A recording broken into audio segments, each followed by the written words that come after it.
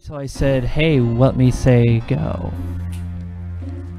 Well, we're on couch cam now, so... Yeah, we're on couch cam, and that'll be the last time you ever control that. Welcome back to Courtesy Flush.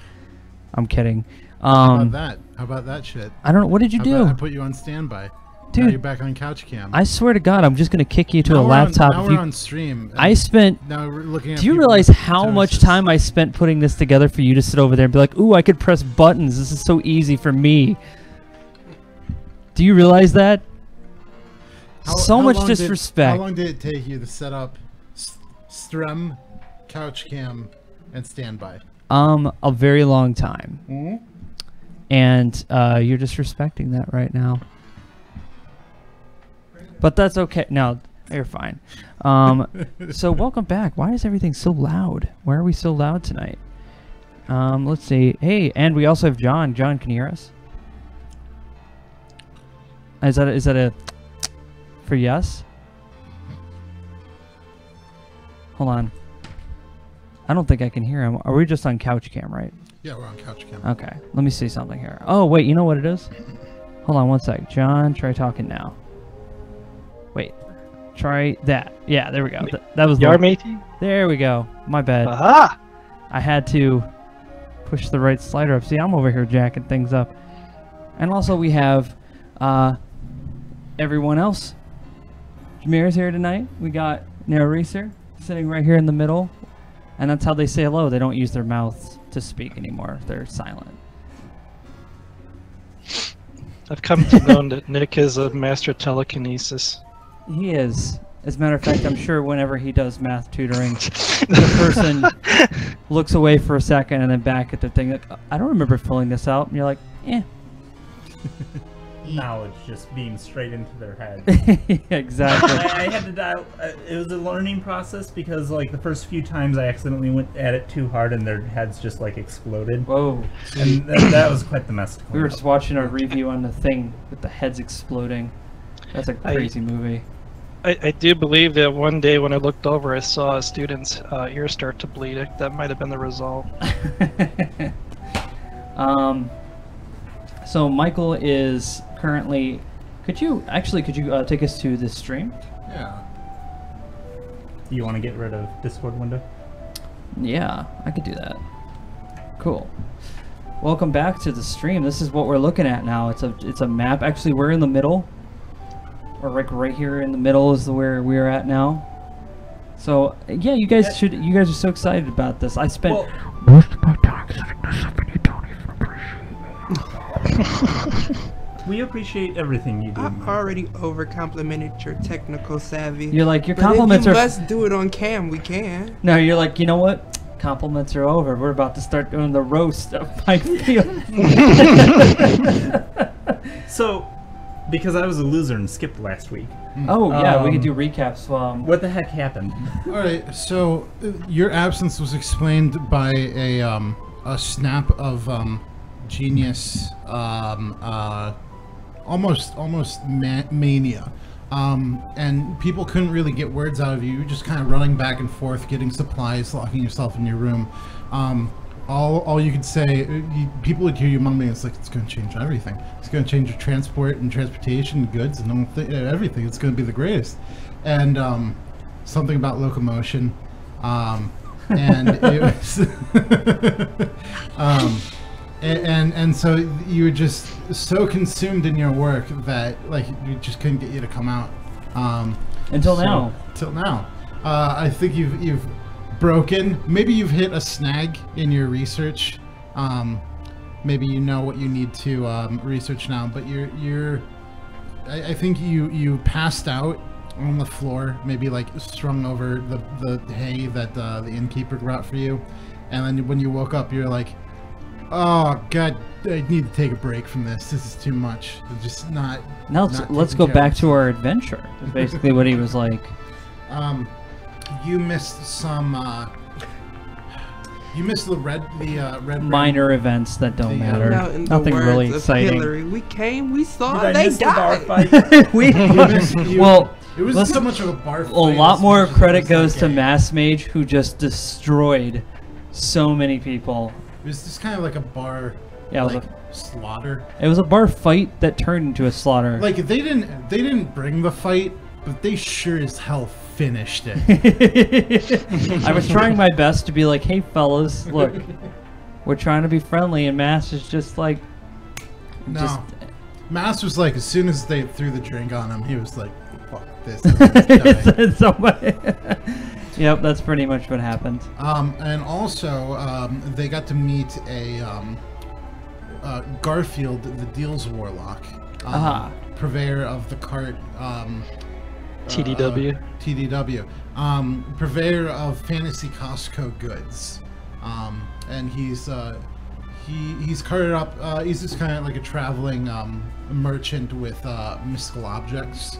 I have those somewhere, but I know, you know what? I can tell you exactly what he had. We didn't want to spend your gold for you. Okay. But you get to do. I'll tell you what you have access to. So, what? Well, let's first. What did you guys? Do you guys remember what you got? I got. Did you write it down? I think I might have. Let me see. I got a beetle. Like as in a bug, insect, beetle. I think I got. Did we rid of get? it. Did No, you I guys didn't. get the ring? No, it was something I wanted, but it was way too much money. Yeah. No, I didn't write down what you guys. You guys got to remember what you get. We got It was it was something like it was a beetle that didn't It's like a- it's- transport us someplace. It's the Scuttle Buddy. It's a literal bug. Well, but go through it's- the. Do you have the list of items up? Yeah, I have it up right now. Okay, so it was a Scuttle Buddy. It's a Scuttle Buddy. We also had, what other items were there? You got Stones of Far Speech. Mm-hmm. I think you got them. Yes. Which are, it's just ways for you guys to communicate each other when you're not standing next to one another. It's kind of like cell phones, but they're really just Wait, phones. is this the thing I've heard people call Rocky Talkies? Yep, Rocky Okay. Talkies. All right. Let's see. There's the unlimited pasta pass.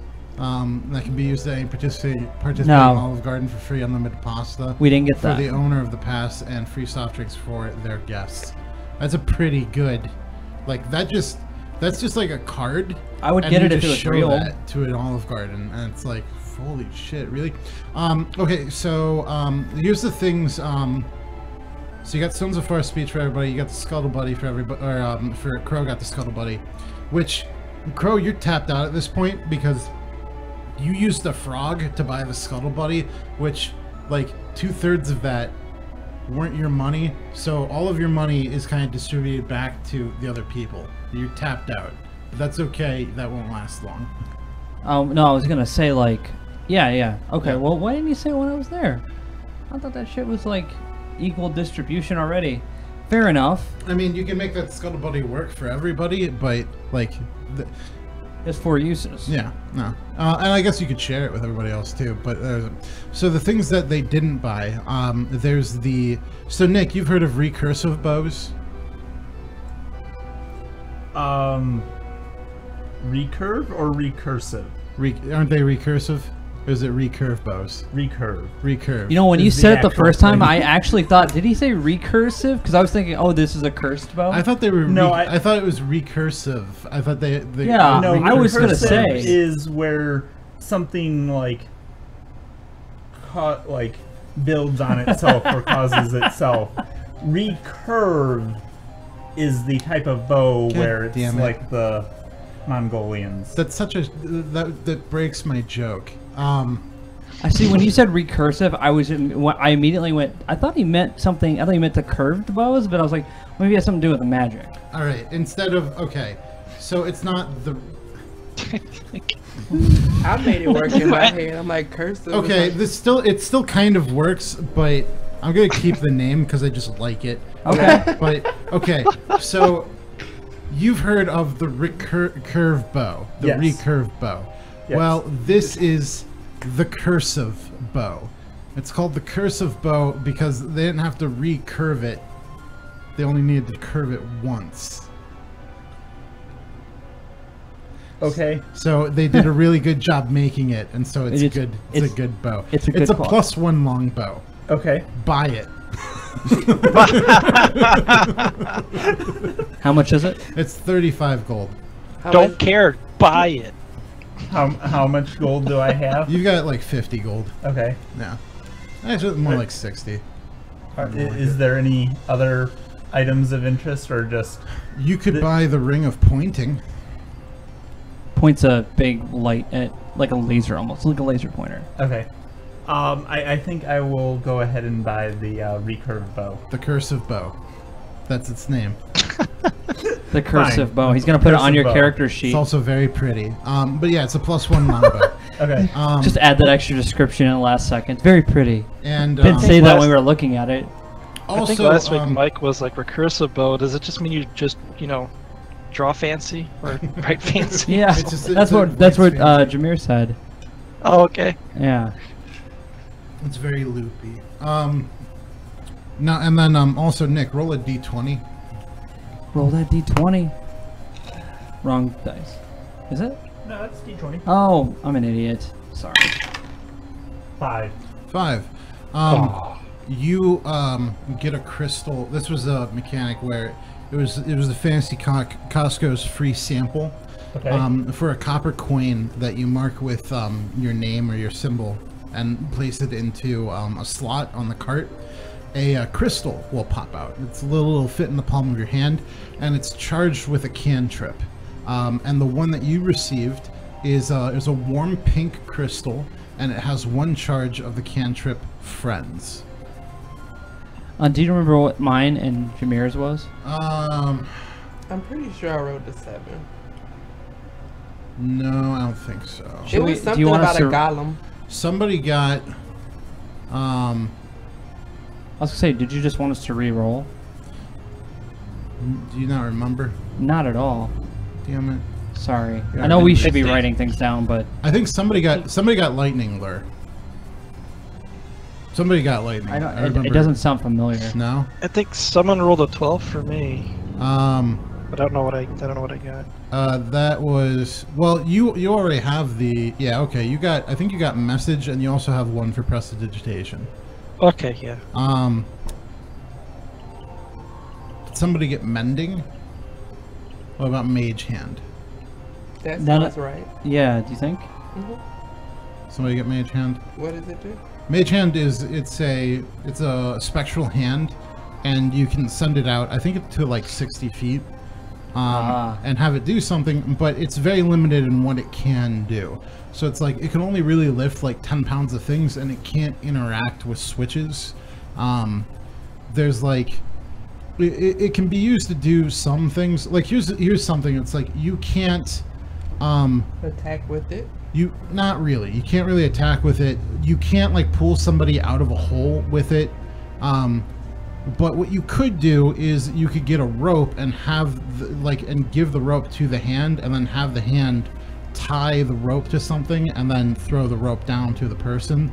Like that's something that you could have a mage hand do. If they're on the other side of a chasm and you can't reach them, that's something mage hand can do. It's limited. It's not supposed to be. It's probably a little bit over nerfed because people could break it if they didn't. Yeah. Like there's enough weird shit going on already. But it's supposed to be like a convenient thing, just something that you can pull off if well, let's say like there's. If you were a wizard and you were locked in, and then the guard leaves and he leaves the keys on the table, you could mage hand the keys to yourself, and you have the mage hand go get the keys and bring them to you. That's nice. Like, That's a nice little skill. That's some of the applications.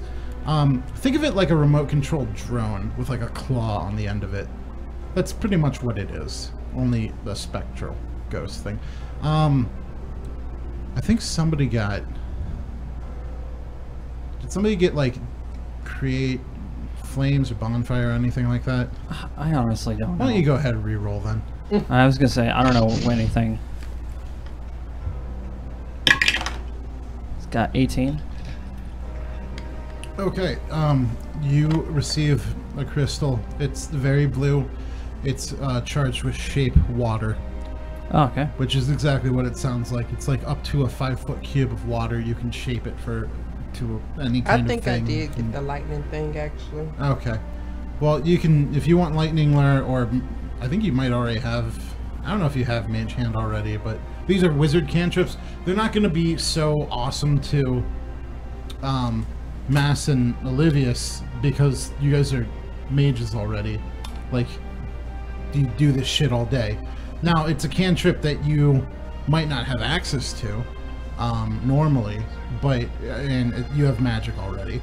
To Crow and to Runian, that could be pretty cool. Like, they get to do a little bit of magic.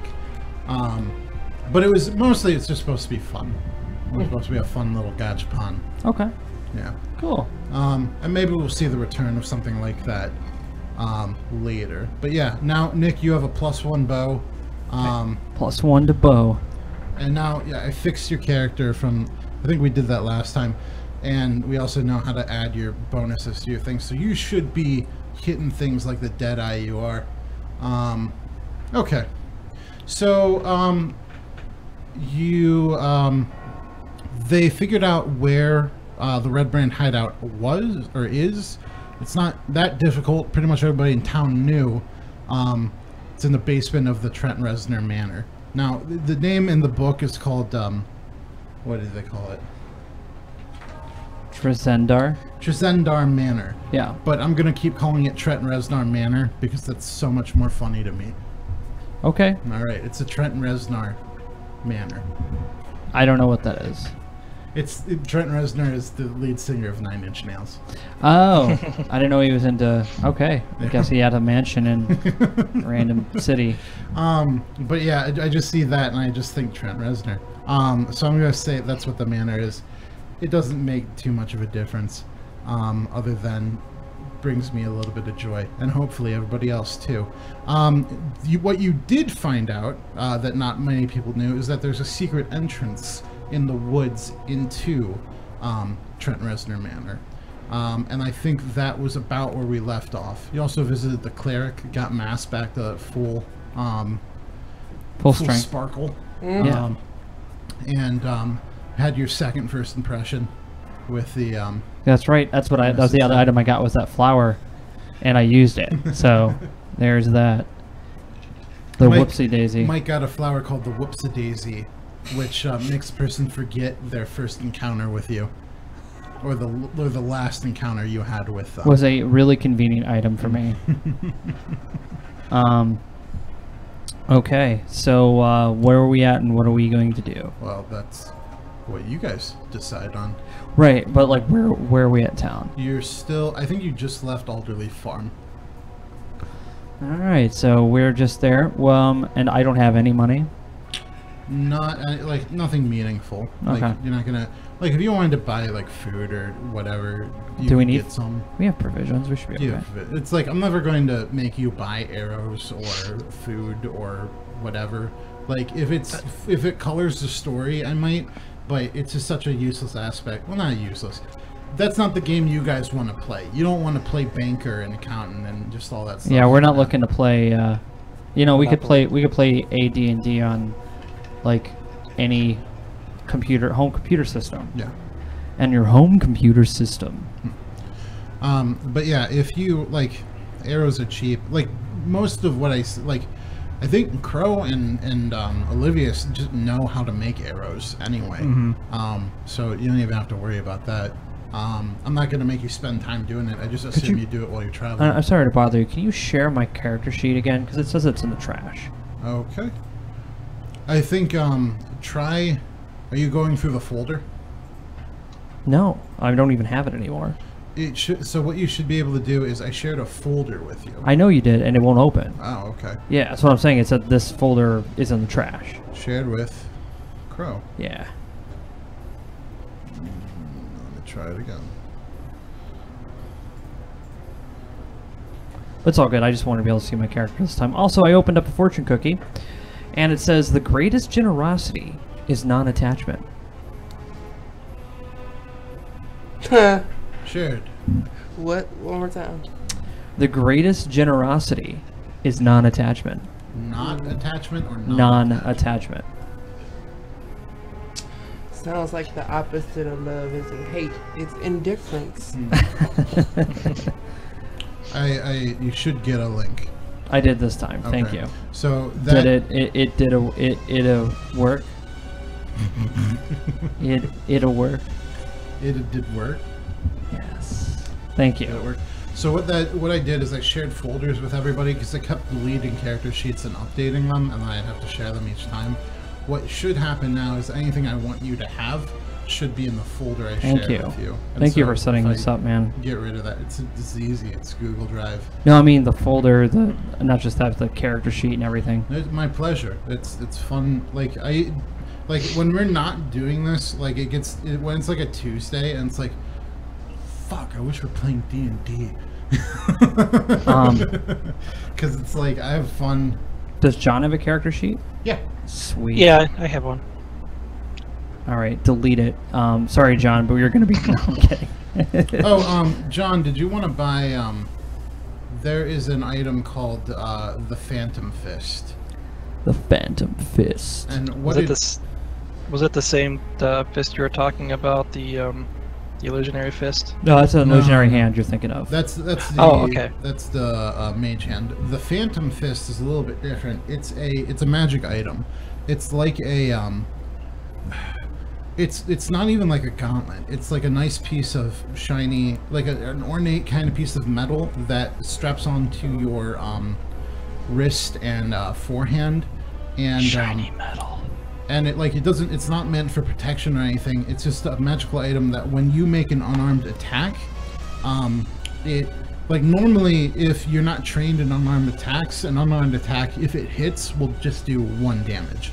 But this, if you are trained with it, like if you were a monk, you'd roll 1d4 for damage. This would let you roll another d4 to add to that.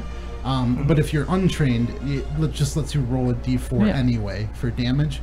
But the best part of it is, on a hit, it will knock back the target 10 feet.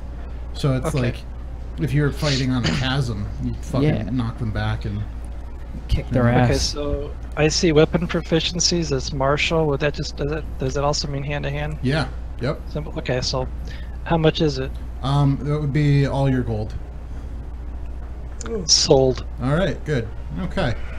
I think at this point, Mass Mage has like 60 gold pieces because he hasn't been spending shit. Frugality. Nick, you've got like 25. Okay. Crow and Arunian are tapped out. But you all got some cool shit. All right, so So I break into a character set. No, I'm kidding. So I can put Phantom Fist for treasure in my character sheet. yes. Well, Okay. if there's a place for like magic items or just items or weapons, Okay. just make a note of it. Just write it down somewhere. And so that is now an attack you have access to. So like instead Okay. of, let's see what your attacks are. You have a short sword and a long bow. So you do 1d6 plus 3 with your short sword, or 1d8, wow, plus 5 with a short sword. Sick. Now you can write under attacks, or just like make a note, you could do a Phantom Fist, and then we'll know what that is. That's I wonder if I should give you any kind of proficiency for that. Is unarmed a weapon proficiency is martial, simple. If you're proficient in that, or if it's just light, medium, shields, simple. Short sword is plus 5, longbow is plus 2. I'll split the difference and give you like plus 3 on unarmed attacks for now. If Okay. I figure out something later. But you should have some sort of proficiency Okay, with so that. the attack bonus for Phantom Fist would be +1.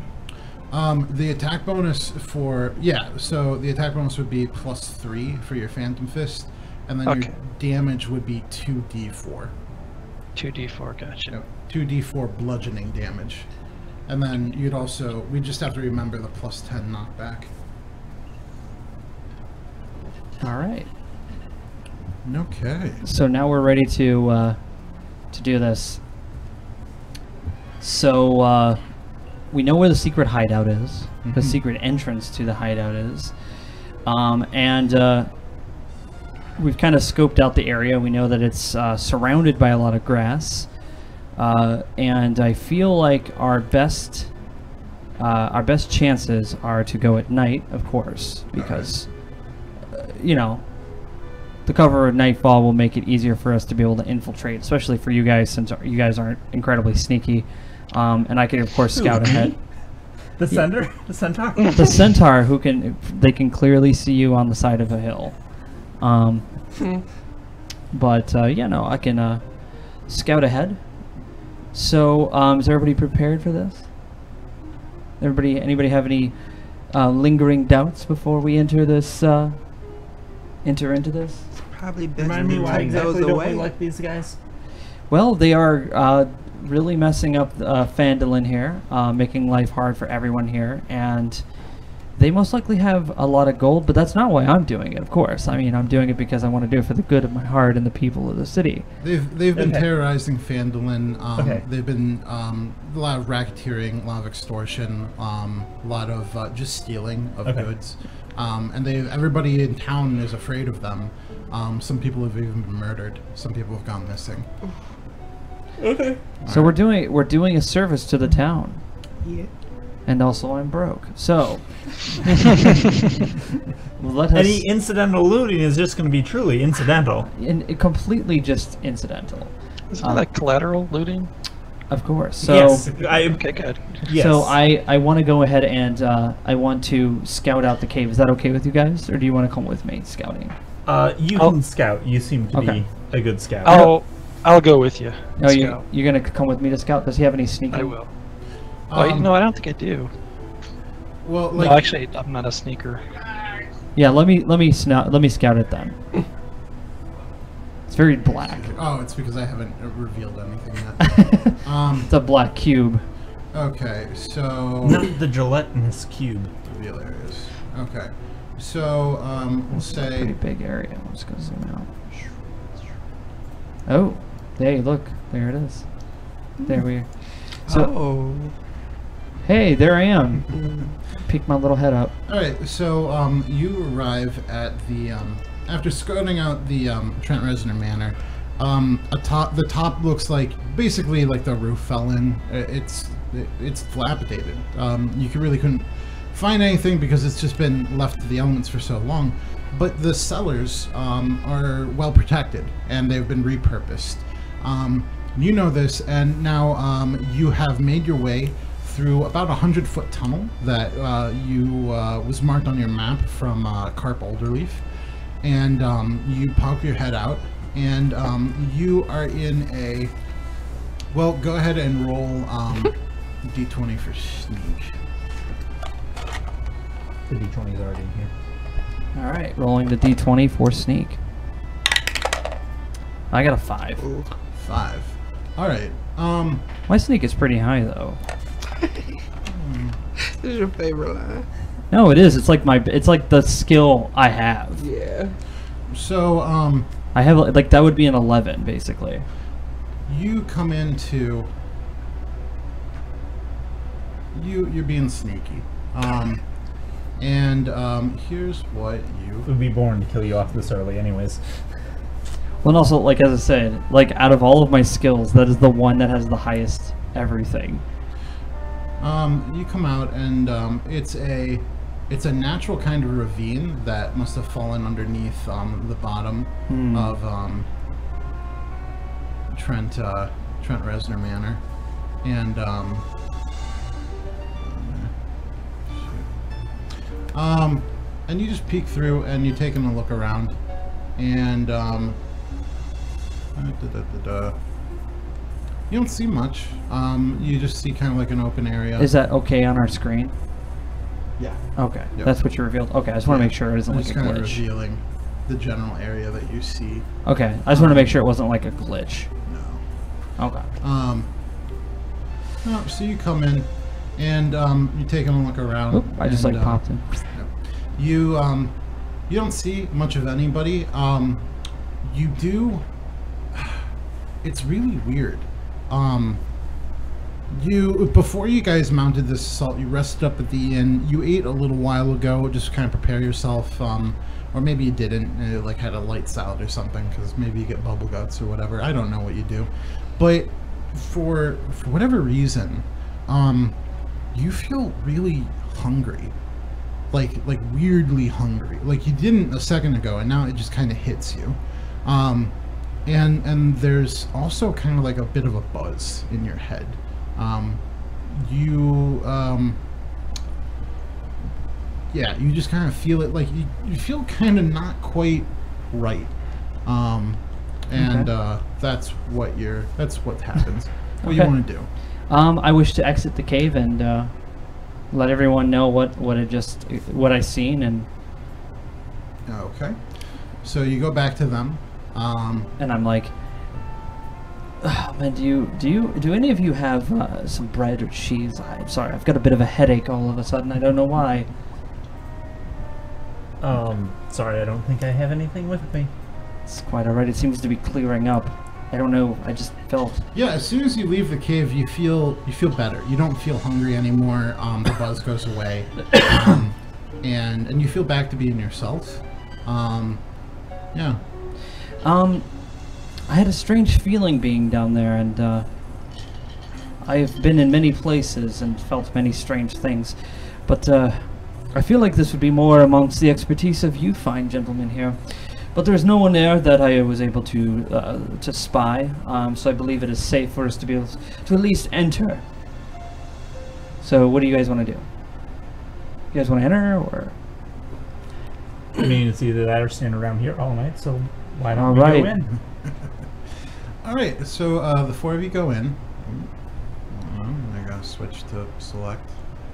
There we go. Four of you pop in, and just like before, Crow and the rest of you, you feel what some people might describe as a powerful hunger. Like you weren't as soon as you were out, you come back in. Now you're starting to feel just really hungry, and the buzz is back. Crow and everybody, Mass and Olivius, you're feeling it a bit more. You're even picking out like what seems like not words, but just like what words are made of, like syllables, but like coherent, not making much of any sense. And Olivius, especially because of your metabolism, you want to bite something. Like you were just almost ravished with as soon as you enter here. Like you're so hungry. You're like, God damn it. Okay, so what do we do in this situation? Well, I have a cantrip called Dancing Lights, but I don't know if we should give away our element of surprise. No. Well, clearly this is some sort of weird affliction that's hitting us down here. You could could roll perception. Yeah. Sure, why not?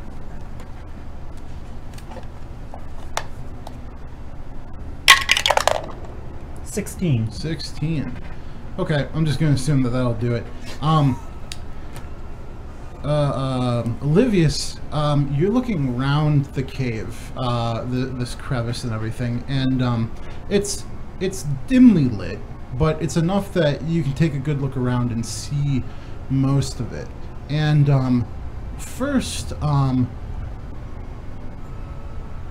you start seeing past where Crow saw, and your eyes, to your dismay, fall upon what looks to be a half-eaten body at the bottom. And not only that, it's half-eaten, but it's on top of a pile of bones that have been well gnawed.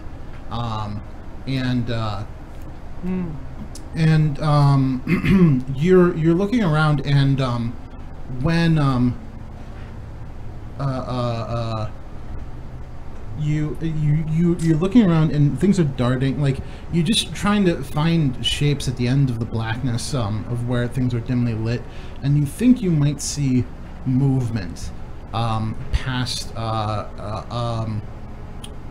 the crevice. There are columns, natural columns that support kind of where the cellar is, and you feel like there might be something beyond there. You can't really make it up, but what you do, weirdly, in your head, without you thinking of it, something just like whispers inside of it, and it's like, frenzy foes, frenzy foes.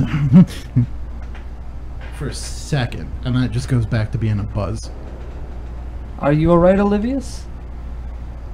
You look like something is. We all It look a little. Seems one that there is at the very least, there is a half-eaten body on a pile that's of bones down there. Unfortunate. It's not, doesn't have any gold on it, does it? that's- I'm sorry. Go ahead.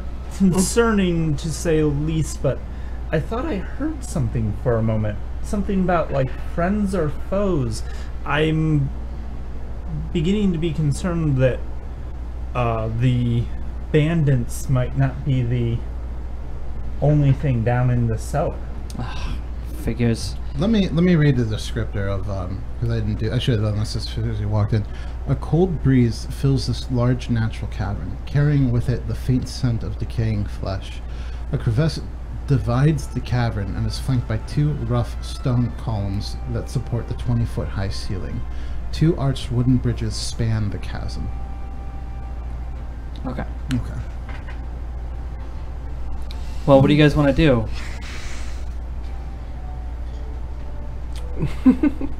Do we want to all stay together? Seems Or like- do we want to take to one side to the other? Yeah, I'd say. Do you guys like? We'll cross over on the other side of the bridge, and see what we come up with, Yes, I Okay. agree. and then while the others stay on the other side, and we just kind of like fill the area out. We'll stay on our rocky talkies. Okay. Who's going with who on what side? Who wants to go with me? I'll cross the bridge. I'll go. Okay, me and Mass will go on the right side of the bridge, the Oh, right area, while Ururian and Olivius will walk along the left, and we'll carefully make our way forward on both sides.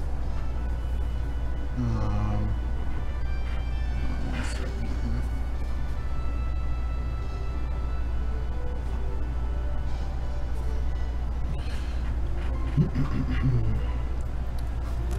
Yep, you see through here that there are there's openings to the back. You guys see that there's a pathway over here that leads somewhere, and you see. Yeah, so you see that there's from excluding where you came in, there's 1, 2, 3 different or 4, 1, 2, yeah, 3, 4 paths you might be able to follow. All right. Well, I want to continue pressing forward. Okay. And I think that's all we're going to do at this point. I think both groups should press forward to be on opposite sides of the bridge. Yeah. The northern bridge. Yes. And let's see. You guys walk towards the northern bridge, and as soon as you get right about to it, you see some sudden movement, and then you're not blinded, but that buzz that was in your heads has slowly grown more powerful, and it's now like throbbing. And for a second, when you see this creature, it's almost like a migraine splits through you, and you just hear gibberish and nonsense, and you feel more hunger, and it is, let's see here. It's moving away from you, and it doesn't know why. Like what you do get is confusion. Like that's the feeling that you're feeling from this. It's a little bit of confusion. It's a little bit of fear. Mostly hunger. Hunger is like just kind of dominating. But that's what's happening right now. Okay, well, I guess the feeling's mutual because I don't know what the hell this thing is supposed to be. What are our options? What can we do? I have no idea what we're capable of doing at this situation. So, I imagine we could attack it. I don't know that would necessarily. I know be the that, best but first like, choice. I feel like all I know is attack, and that's pretty much. Like you Snake. could attack it. You could try talking to it. You could try giving it some food or something. You could try. Well, I mean, like you. ignoring it. Well, one thing I didn't realize we could do is roll to look at something. Perception. Oh yeah, you could do like so perception is to pick out what you don't see. Insight is to gather more information about what you already see. So I have no insight, so what you could do I have is insight. go ahead and like if you want to roll insight on this creature, try and figure out what it is. 20. 20. Jeez. Olivia's just immediately it's like, yep, I know what that is. Olivius, I don't know if that's true, but yeah. it's strange that it didn't hit you before because, like, it's so weird. This was one of your favorite stories as a kid. It was you'd ask strangers to tell it to you because everybody had like a different kind of story to go with it. But if they knew it, you'd ask them, you'd almost beg them to tell you the story of the Nothic. And you're surprised at yourself because the telltale signs were there. It's like you got that weird buzz in your head because it's a telepathic creature, and it's like it telepathically shares its wants and needs and its communication, and it's not like it's like half sentient because it's mostly just almost feral, and that's what you feel because it's like they eat and they eat dead bodies. And then they'll kill things so that they can eat those dead bodies. Oh. But they're not. They're more beast than evil. It's like you can't blame something for just wanting to eat. And some people, it also it's like it can be reasoned with. Like you can communicate with it. You can talk to it. But you just remember from your childhood of this, just the different stories of the Nothic of how the people felt when they met it and the different kind of things that they negotiated and how some things went bad and some things went good. But you know they're usually attracted to magical areas, and in the sense you make the connections. Well, this must be pretty magical, and you kind of rely on your you don't even have to roll what is it, perceive magic or whatever that thing is. You can just faintly feel just a slight hum of magic coming at the bottom of the crevice, some sort of remnant of the magic that was Phandalin and Phandelver mines.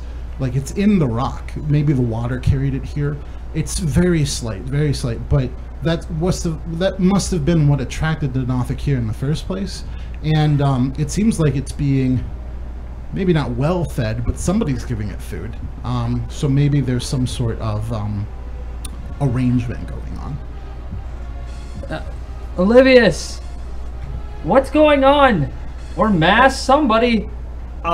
So the This creature, hurts. it's a Nothic. It's a telepathic creature. I'm gonna urge you, just for a moment, think calm thoughts. Calm thoughts. I'm hoping I'm gonna try to communicate with it. All right, thinking calm I'm thoughts. going to. I'm hoping that we won't have to fight it. That it will be. I wasn't at even least thinking about fights. tolerant There of was us. no word. The third fight. As a matter of fact, all I'm thinking about is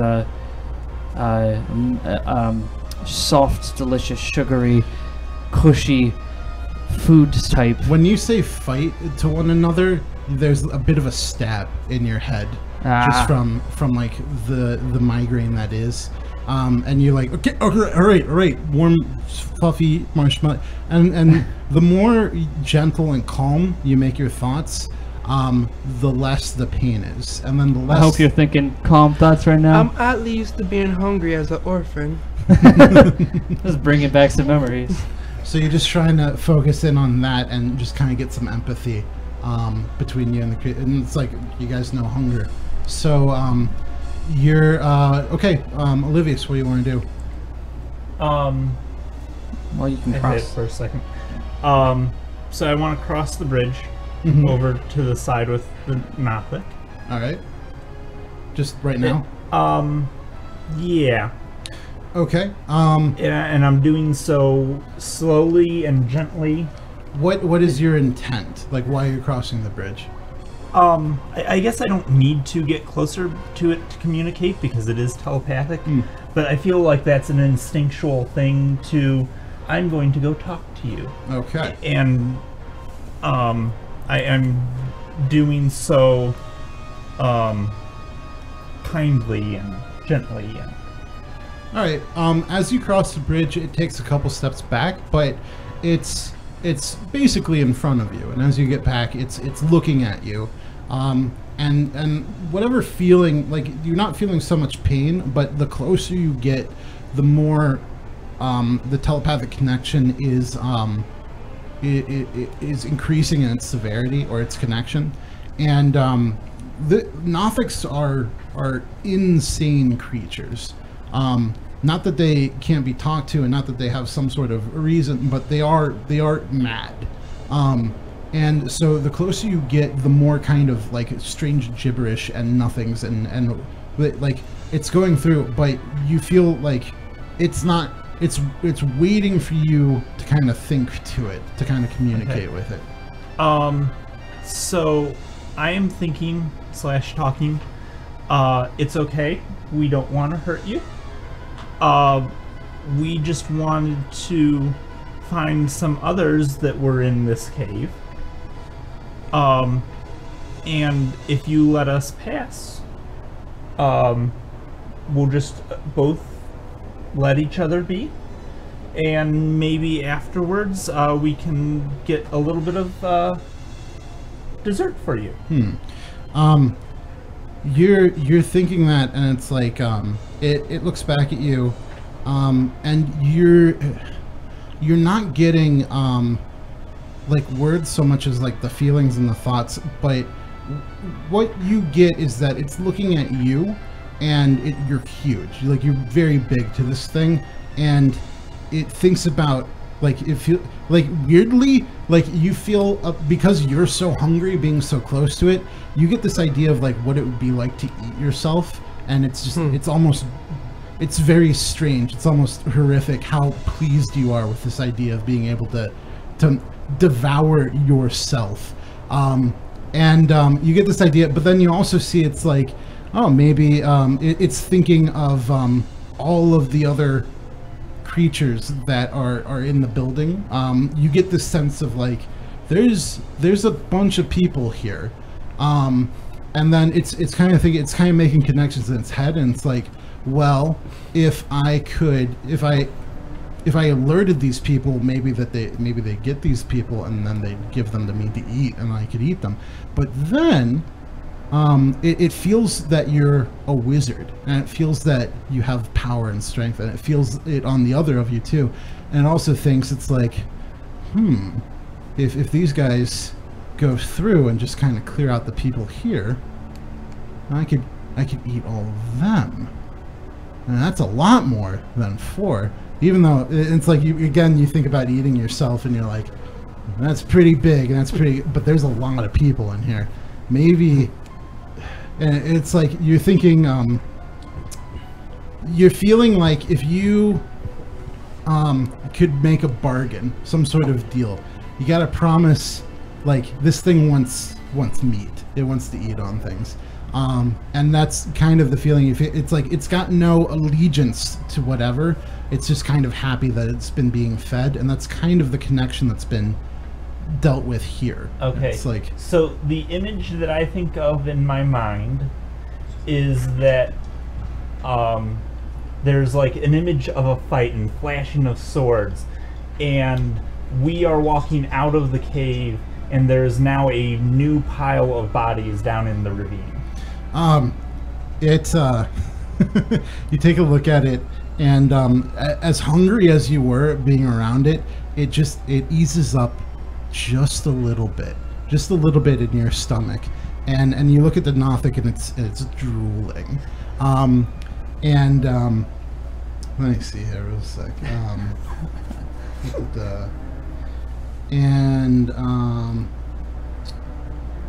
Fissure.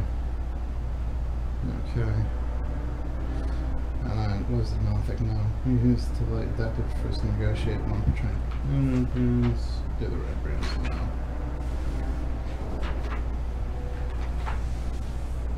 Was it back to where it was previous?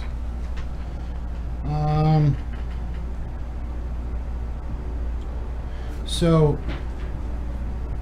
almost like as if blasted into your head, here's a couple of things that are communicated to you. That the leader of the Red Brands is a human wizard known as Glassstaff, and you see an image of this person with their Glassstaff standing with the Nothic, and having henchmen in crimson robes throwing bodies to it, and then you don't see a picture, but you see like shadows of a spider, a very large black spider. Great. With strings running to the wizard, pulling his limbs, almost puppeteering him, and that leading on more strings leading to the crimson cloaks that were just kind of higher. It's the Red Brands. It's the crimson cloaks are the red. There is a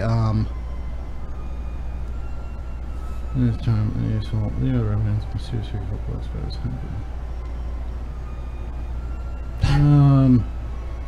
I think see area 8.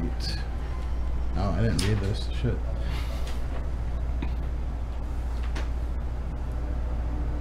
Oh, it knows. Okay, and then obviously it's weird. It's like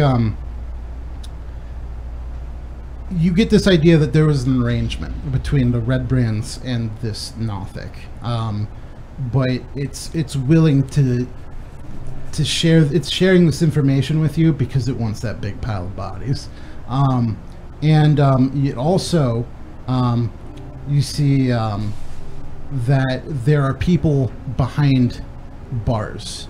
You can't tell how many. Some of them are laying on the ground, others are standing or clutching each other. The Nothic, like, it's thinking that, and it's also thinking more bodies for the pile. It's seeing those bodies in the pile with also the Red Brands.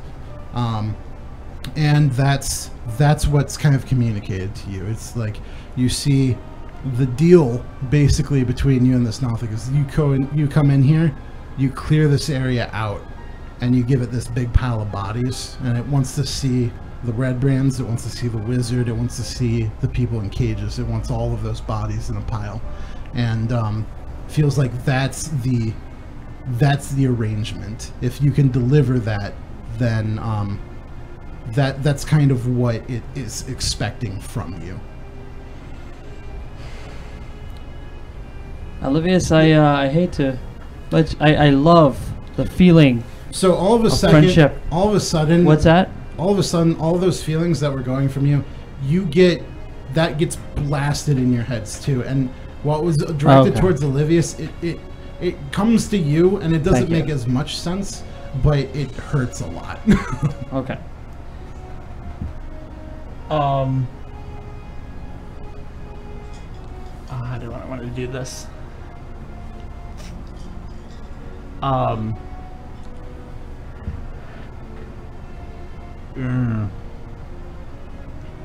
Why do I feel like lying to a telepathic creature would be a bad idea?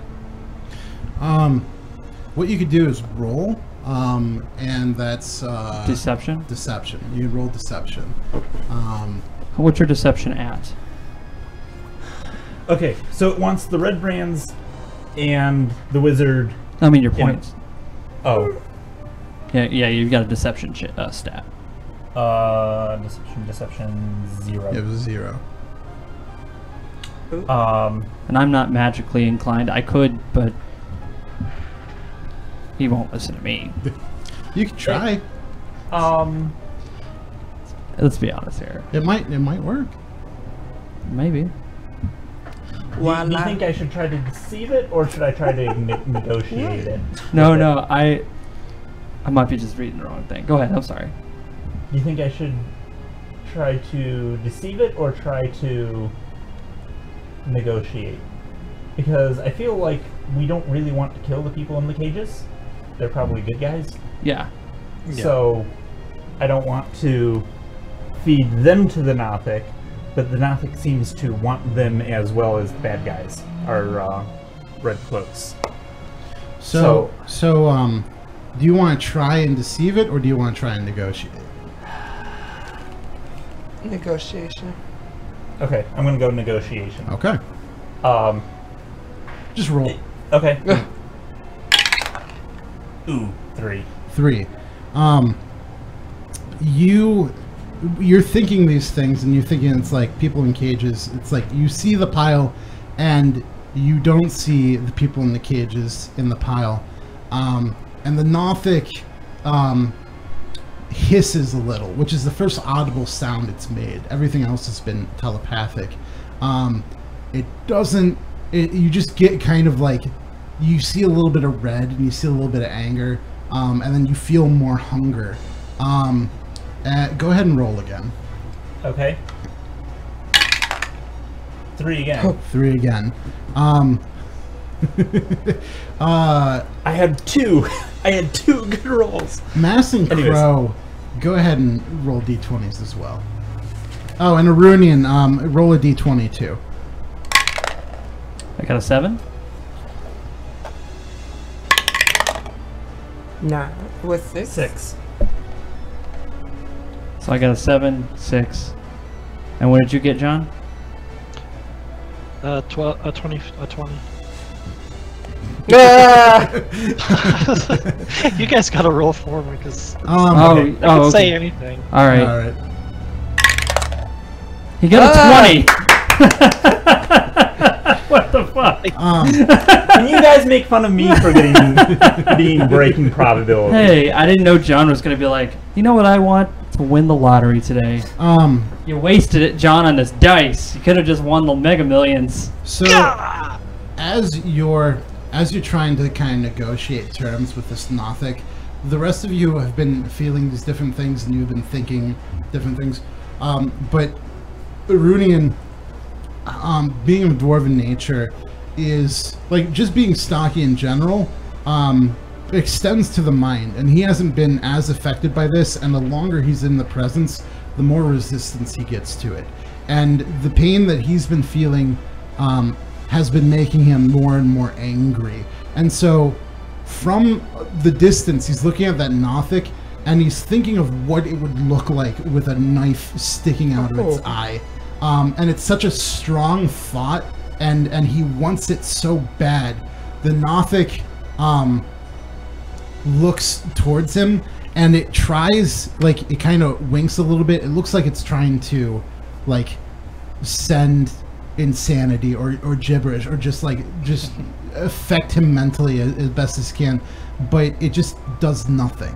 And Smash. and Olivius and everybody, for the first time, you're feeling not hunger anymore. You're feeling fear,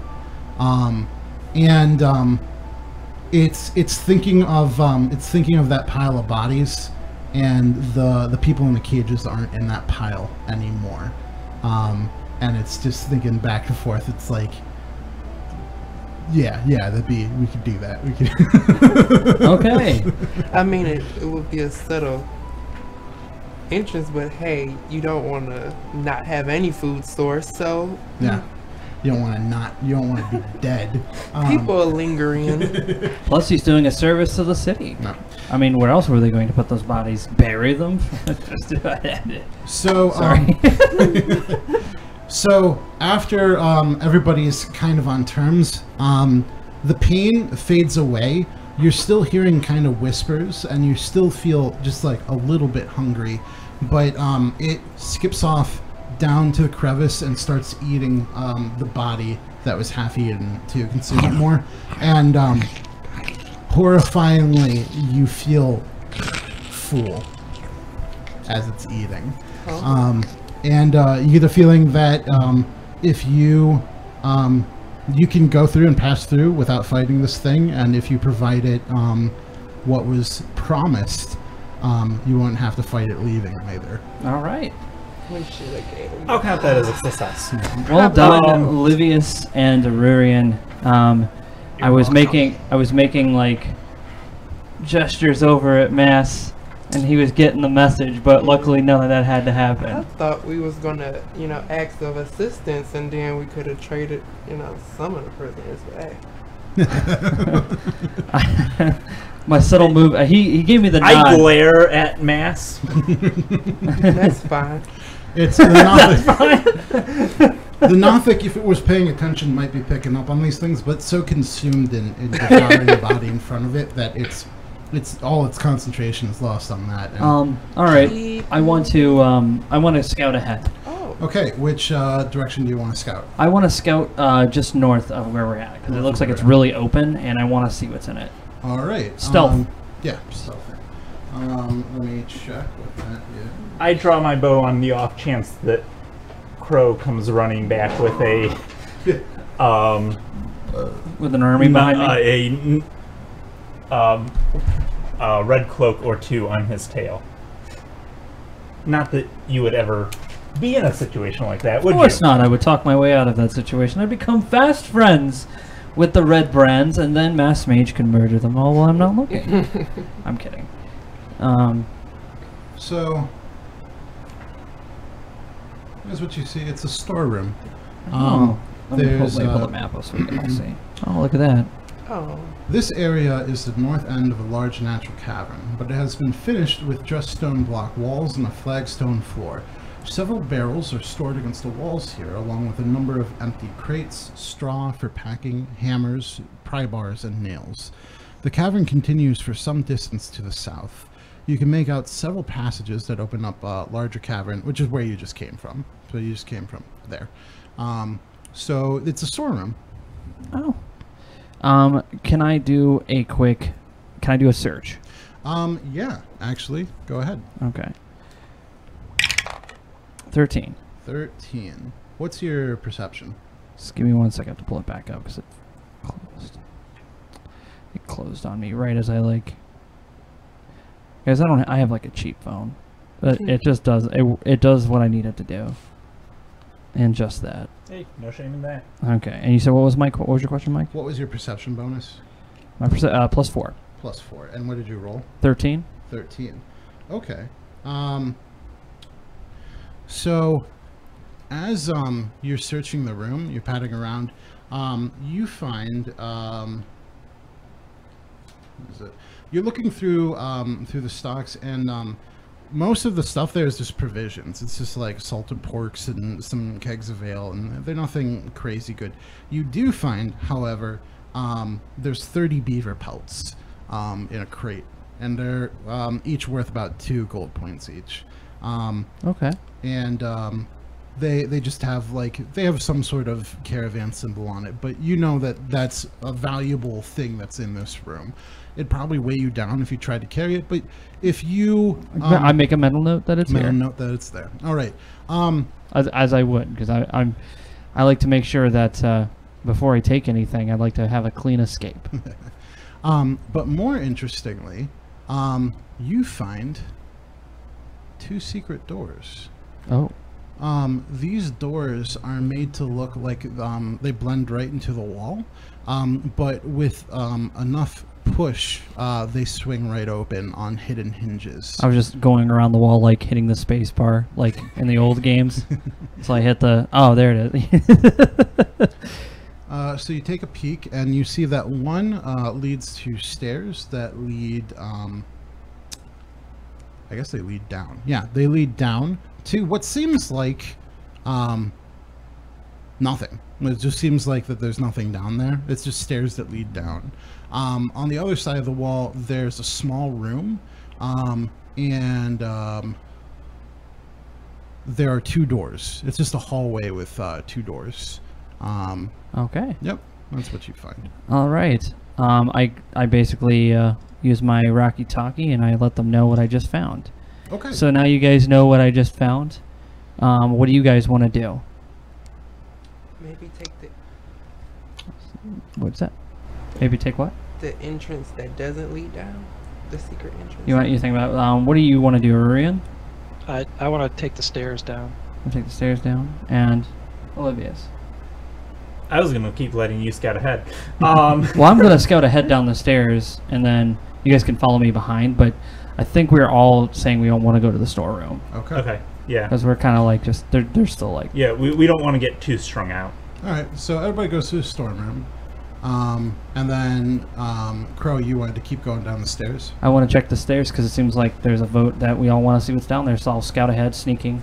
Okay. So go ahead and roll that d20 again. 19. 19, and then roll it again. Oh no. 14. 14. So that first roll was for stealth. The second roll was perception to check again for what's in this room. You find another secret door. Oh wow. I'm good at finding these doors for now. This dice has just been very nice about it. And it makes sense because it's like it's a leads to a stairwell stair. that led to nothing. So of course there's a secret door here. What the idea you get that is this is probably an escape passage. There's two secret doors, one to get in from the room that you've just discovered, and then another that leads up, and then you can quickly get out through the passageway that leads into the woods. And inside of this room, you see, it's a man's quarters. And let me read what you see.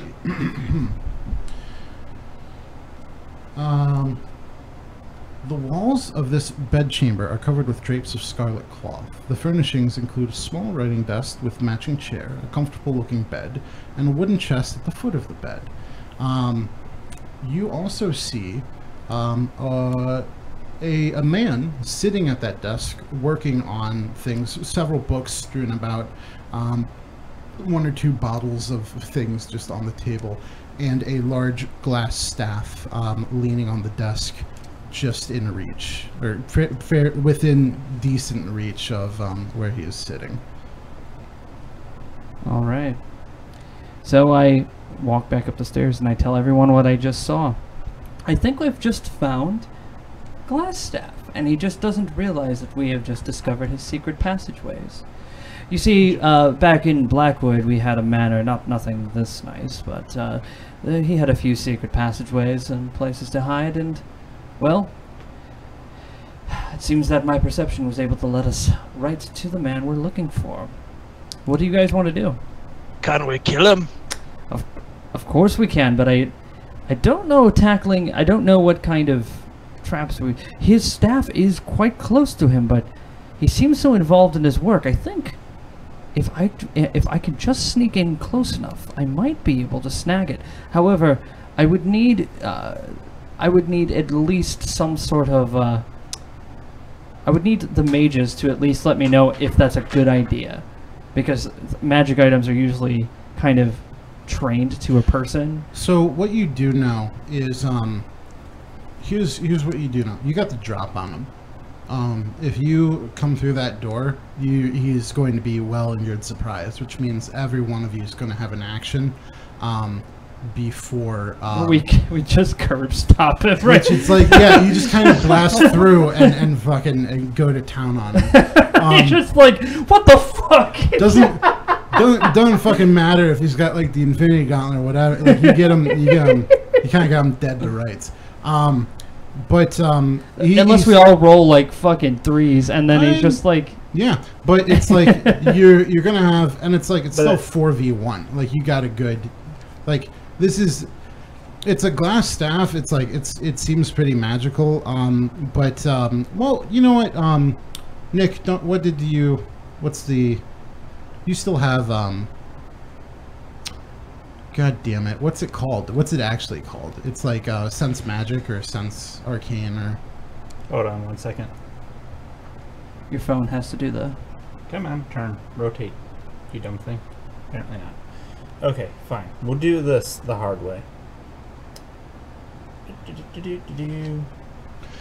Oh, Detect magic. Detect magic. And you still, I'm going to say you still have that because one of the spells you picked was, even though you're second level, you only get to add 2 more first level spells. And I think the one you picked was a second level spell. Fair enough. You'll get those soon enough. So you still have Detect Magic. Okay. So if you want to go ahead and roll Okay. Detect Magic on that. Go. Come back.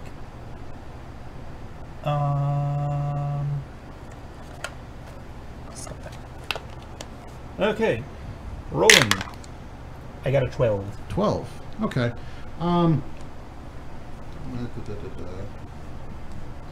So looking at that staff, mages have a weird sense of humor, and this item was made with no different kind of idea. The reason it's glass is because it's a staff of defense, and you can't really tell exactly what kind of magic, what kind of spells and different things you could do, but you do know that it's a defensive magical item. That its main purpose is defensive in nature. All right. Interesting. So, Well, Mass, how do you want to handle him? You're like, hold on, let me pull out my thing. Irurian, how do you want to handle him as well? my suggestion. Do you want me to go in there and tell him stories about how my father was a mage once?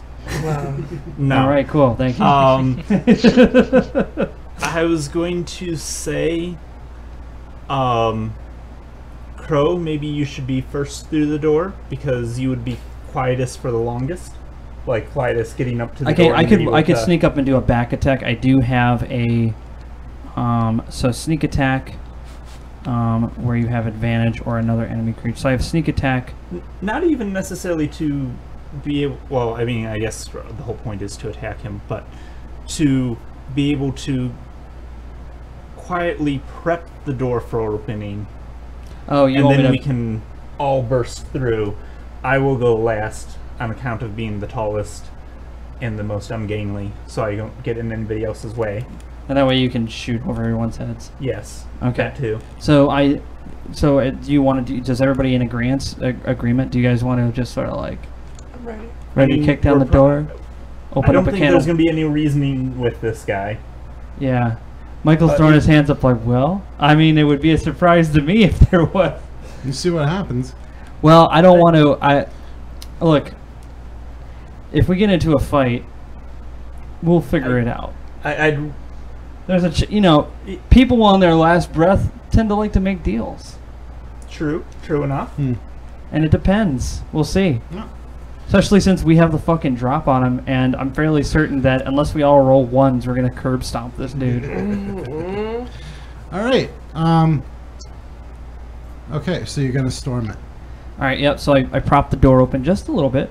All right. Just a little bit. He doesn't notice. I mean, I'm sneaky. I'm the sneakiest. He's pretty involved, and I mean, these secret doors were designed to be like, not only were they designed to be like blend into the wall, they're also quiet. Like the hinges are designed and well oiled so that they. I was gonna say I have oil, so I could put some on the hinges if I needed to. Yeah. But in fact, let's just say you do. Let's say you just oil just to be some just hinges. to be a little bit more. safe. Just a little bit. It's one of the hinges that are facing inside, so that we know when. Because why would you do it on the outside? It would be a they're secret. into the wall, and so it's like you. That's how I found it. Yeah. You found it. So let's see what happens. So I want to. Okay. So you come in and you're behind him. He's sitting at the desk, and you're what are you about to do?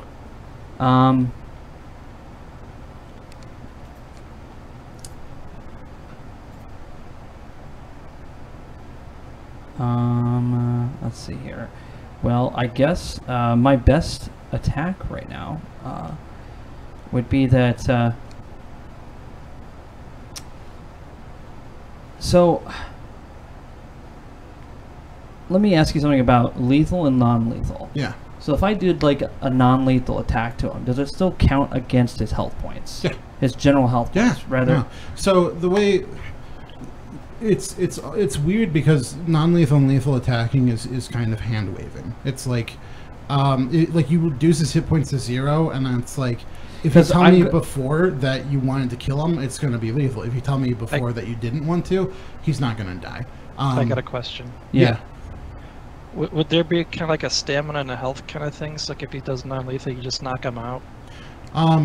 No, it's all pretty much hit points. So it's like you do damage, and that's all where the damage is focused. I'm only asking because not now, but there are times where I'm like, I want to sneak up and just knock them out. Yeah. But I don't want to do that with this guy. No, it's what will happen is when you're able to do that, like let's say you're like level 7 and you were in this, you'd probably be able to do that to anybody you snuck up on, because the amount of damage that you would do in a single sneak attack would reduce them to 0. But at this point, you don't do enough damage in one hit to have that option right now. But yeah. All right. So I sneak up behind him, and I immediately go for the speaking part, the throat, or anywhere where I feel like I know that if I can limit his ability to, like, that's going to catch him off guard. I want to be able to make sure that he can't get an incantation off, because I've dealt with wizards, and that's pretty much like first thing I go for. Even though some wizards are like, I could just shoot fire out of my ass. Like, I want to be the one. I don't want him to be the guy who's just like Avada Kedavra and I'm fucking dead. Oh, I got you. Go ahead and roll a d20. All right. So I sneak attack with my dagger. Oh, I got a 3. Go ahead and roll it again. You got advantage. Okay. 13. 13. Plus 6, and let's just check this guy. His armor class is probably abysmal. Yeah. Okay. He's a wizard. He's a wizard. It's like they don't call him glass cans for nothing. Here's what happens. You grab the back of his chair and pull it backwards, tipping him backwards. While this is happening, maybe you put a knee just behind so he's tilted backwards.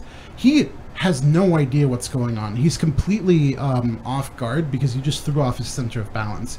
You bring down your dagger, but not the blade side, the hilt side, in a hammer motion right onto his neck, which has been gloriously exposed. It just like instantly, like, pain and anguish washes over this guy's face.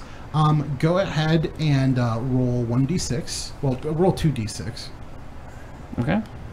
So 2d6. I got a 6. Okay. And I got a 5. A 5. Plus 4. You did 15 damage. Shit.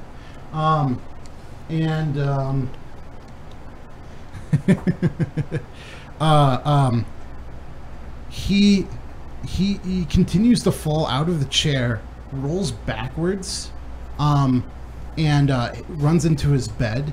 That reminds me of that VHS thing where the guy gets shot. He gets shot again. It's the same guy. Yeah. And he's just falling and dying for like, it's like a good like 4 minutes of him falling. But he rolls backwards onto the bed. The wind has been knocked at him. He's holding his neck, and you stand between him and his staff. And as everybody else comes in, he's looking at everybody like pouring through the door, which is amazing because like this is like being swatted. Like that's essentially what you have just done. You have just swatted this wizard, and he sees everybody, and his eyes go wide, and he puts his hands up. He is completely at your disposal. He is in fact he's like what does he say? So let me just read what it looks. Oh, okay. So standing at the desk is a short, dark-bearded human male in robes, studying a tome. He wears a princely mantle of ermine. A beautiful glass staff leans against the chair within easy reach. 4, Core member was. Let's see here. Could you also just hit replay on that music? Oh, yeah. Just because it's low quiet. So, he has his hands up, and nobody else attacks him? Are you gonna? It's up to you guys. Yeah. I am completely with the fucking shit that's going on here. Whatever happens is up to you guys. I grabbed the staff because I'm the last one in, and I just like grab the staff Okay. and I have it. Oh, And jeez. I want a staff. I got the staff. It's mine now.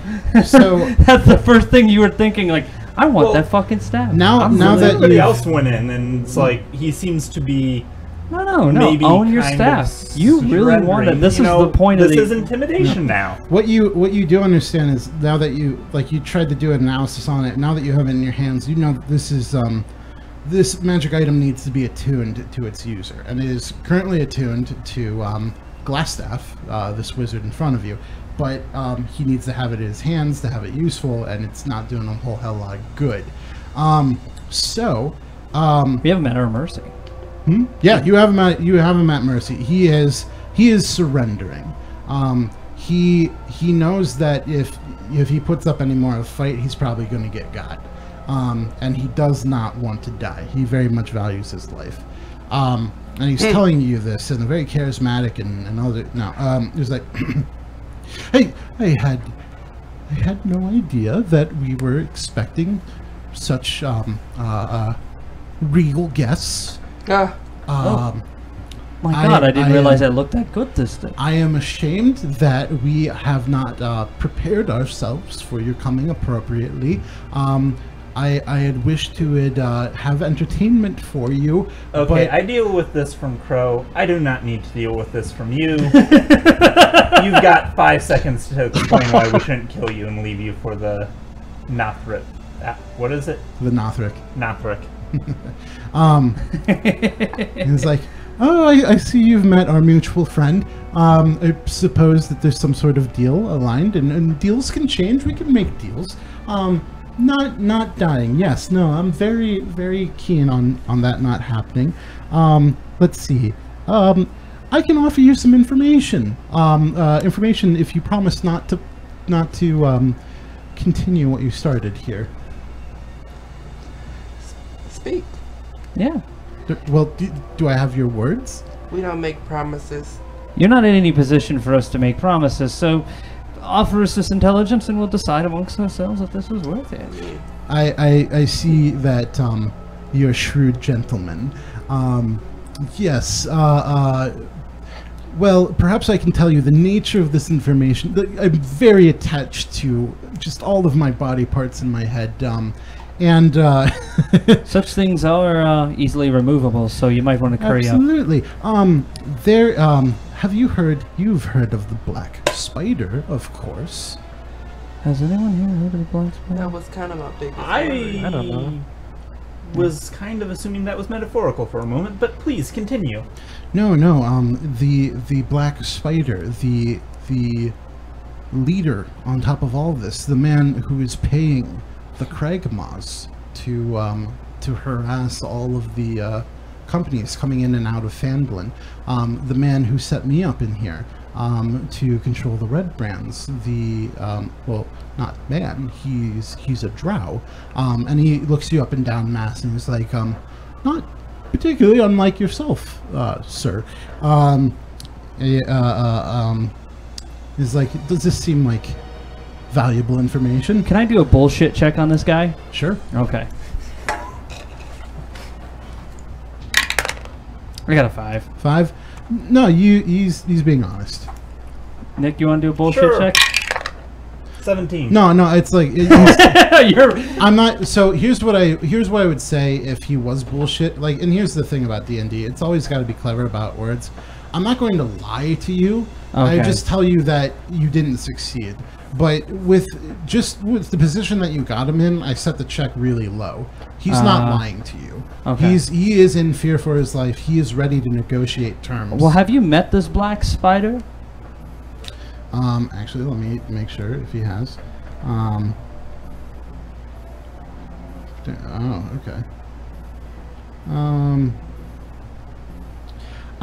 Okay.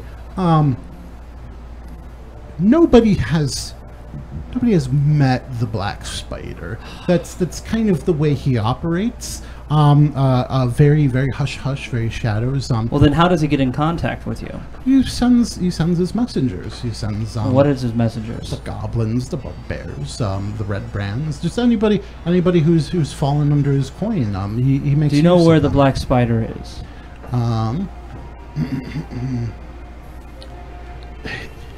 I mean, do you know where the air is? I can tell you what he's looking for. I don't like his. Let me guess. He's looking for the mines of Fandelver. The Wave Echo Cave, absolutely. The Wave Echo. Let me see. But more than Wave Echo Cave, he's a wizard. He's not a man of mining and rock breaking and things. He's absolutely more interested in what has been constructed because of Wave Echo Cave, the Forge of Spells. The community and the bastion of powerful magical items created in the alliance of the dwarves, the gnomes, and the men and the elves of Wave Echo Cave. During its height, so many things were produced, and so many interesting spells were created. Magical items were experimented with, and it's an incredible treasure trove of magic, and this is what he seeks. This is what we were seeking. Until now, I am seeking to help you as much as I can. You're seeking to live. Absolutely. What exactly were you reading before I came in here? Oh, these are my studies. Studies. Go my into studies. detail. What are you looking up? I am particularly interested in alchemy. A very noble wizardly pursuit, if I do say so myself. But I'm particularly interested in potions, and I'm perfecting them. Lately, I have been focused on spells and potions of invisibility. And What purpose do you need this?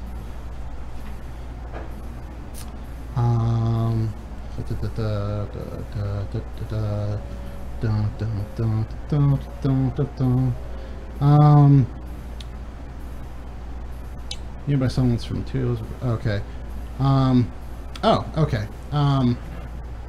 So you take a look over his desk while you're looking over, and he's just muttering. It's just like, what do you need to do anything for? This is just what has particularly caught my interest. This is invisibility, like having to what I'm sure, man of yourself, who so deftly handled this meeting of sorts, could find the use in being invisible. And as you're looking through over his desk, most of them are just kind of correspondence notes. They're kind of neatly sprawled out. And it's just two apothecaries, an herbalist, an alchemist, in just the different places for orders of materials and exchanges of text and things. But you do find a letter, and it has a sigil of a black spider on the bottom. And this is what it reads. Lord Albrecht, my spies in Neverwinter tell me that strangers are due to arrive in Phandalin. They could be working for the dwarves. Capture them if you can, kill them if you must, but don't allow them to upset our plans. See that any dwarven maps in their possession are delivered to me with haste. I'm counting on you, Irano. Don't disappoint me. And so what you have just discovered is this glass staff is Irano Albrecht, the wizard that has been gone missing, the former, what you assume to be member of the Lord's Alliance, and Sildar Hallwinter's, or Barry Blue Jean's, current quest of import, discovering this man who has gone missing. This is who this man is. Very interesting.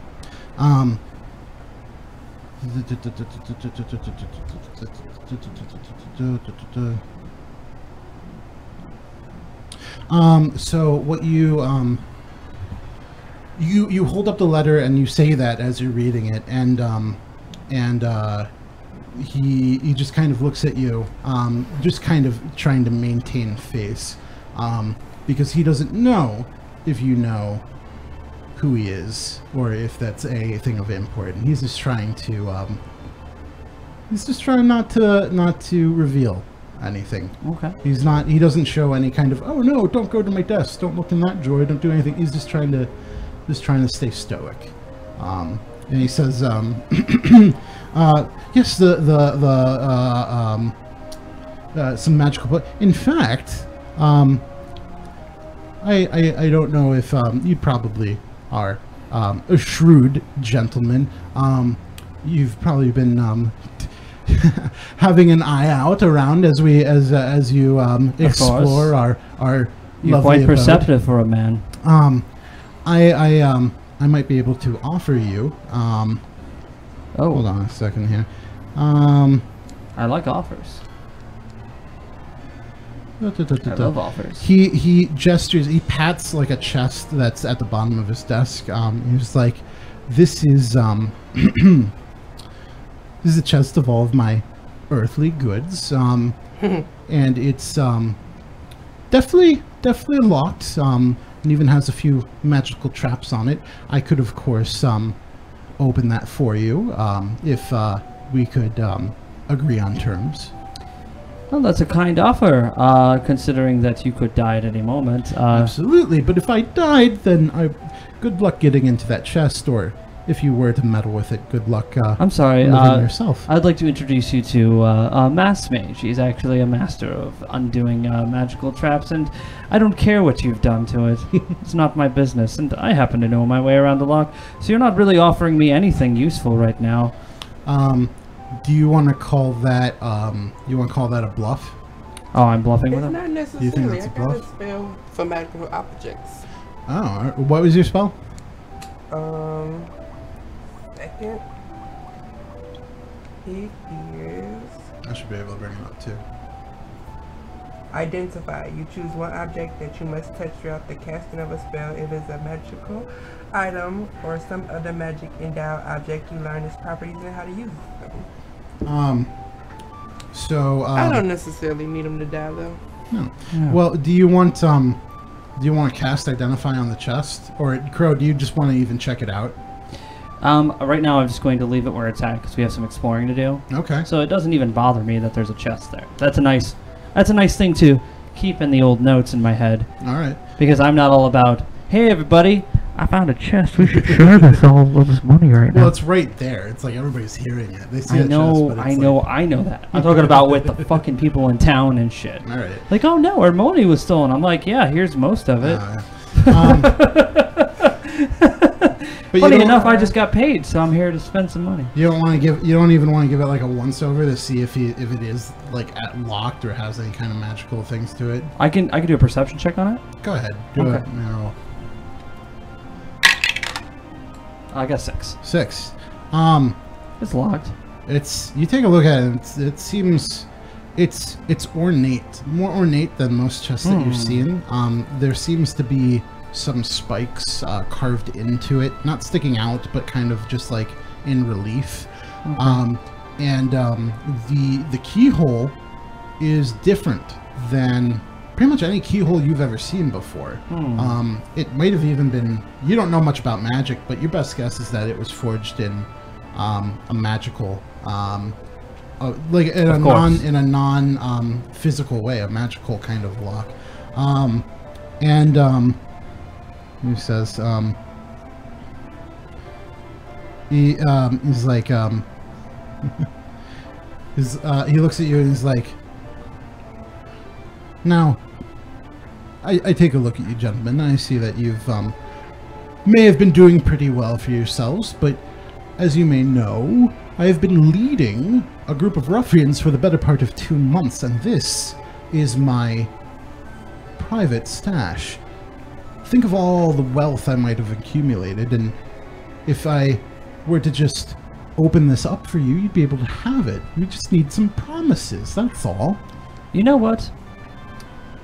You make a very nice offer, And I think I speak for everyone a lot, actually, when I say that your offer is the most generous offer I think anybody who's been captive and possibly could die at any second has ever made us. However,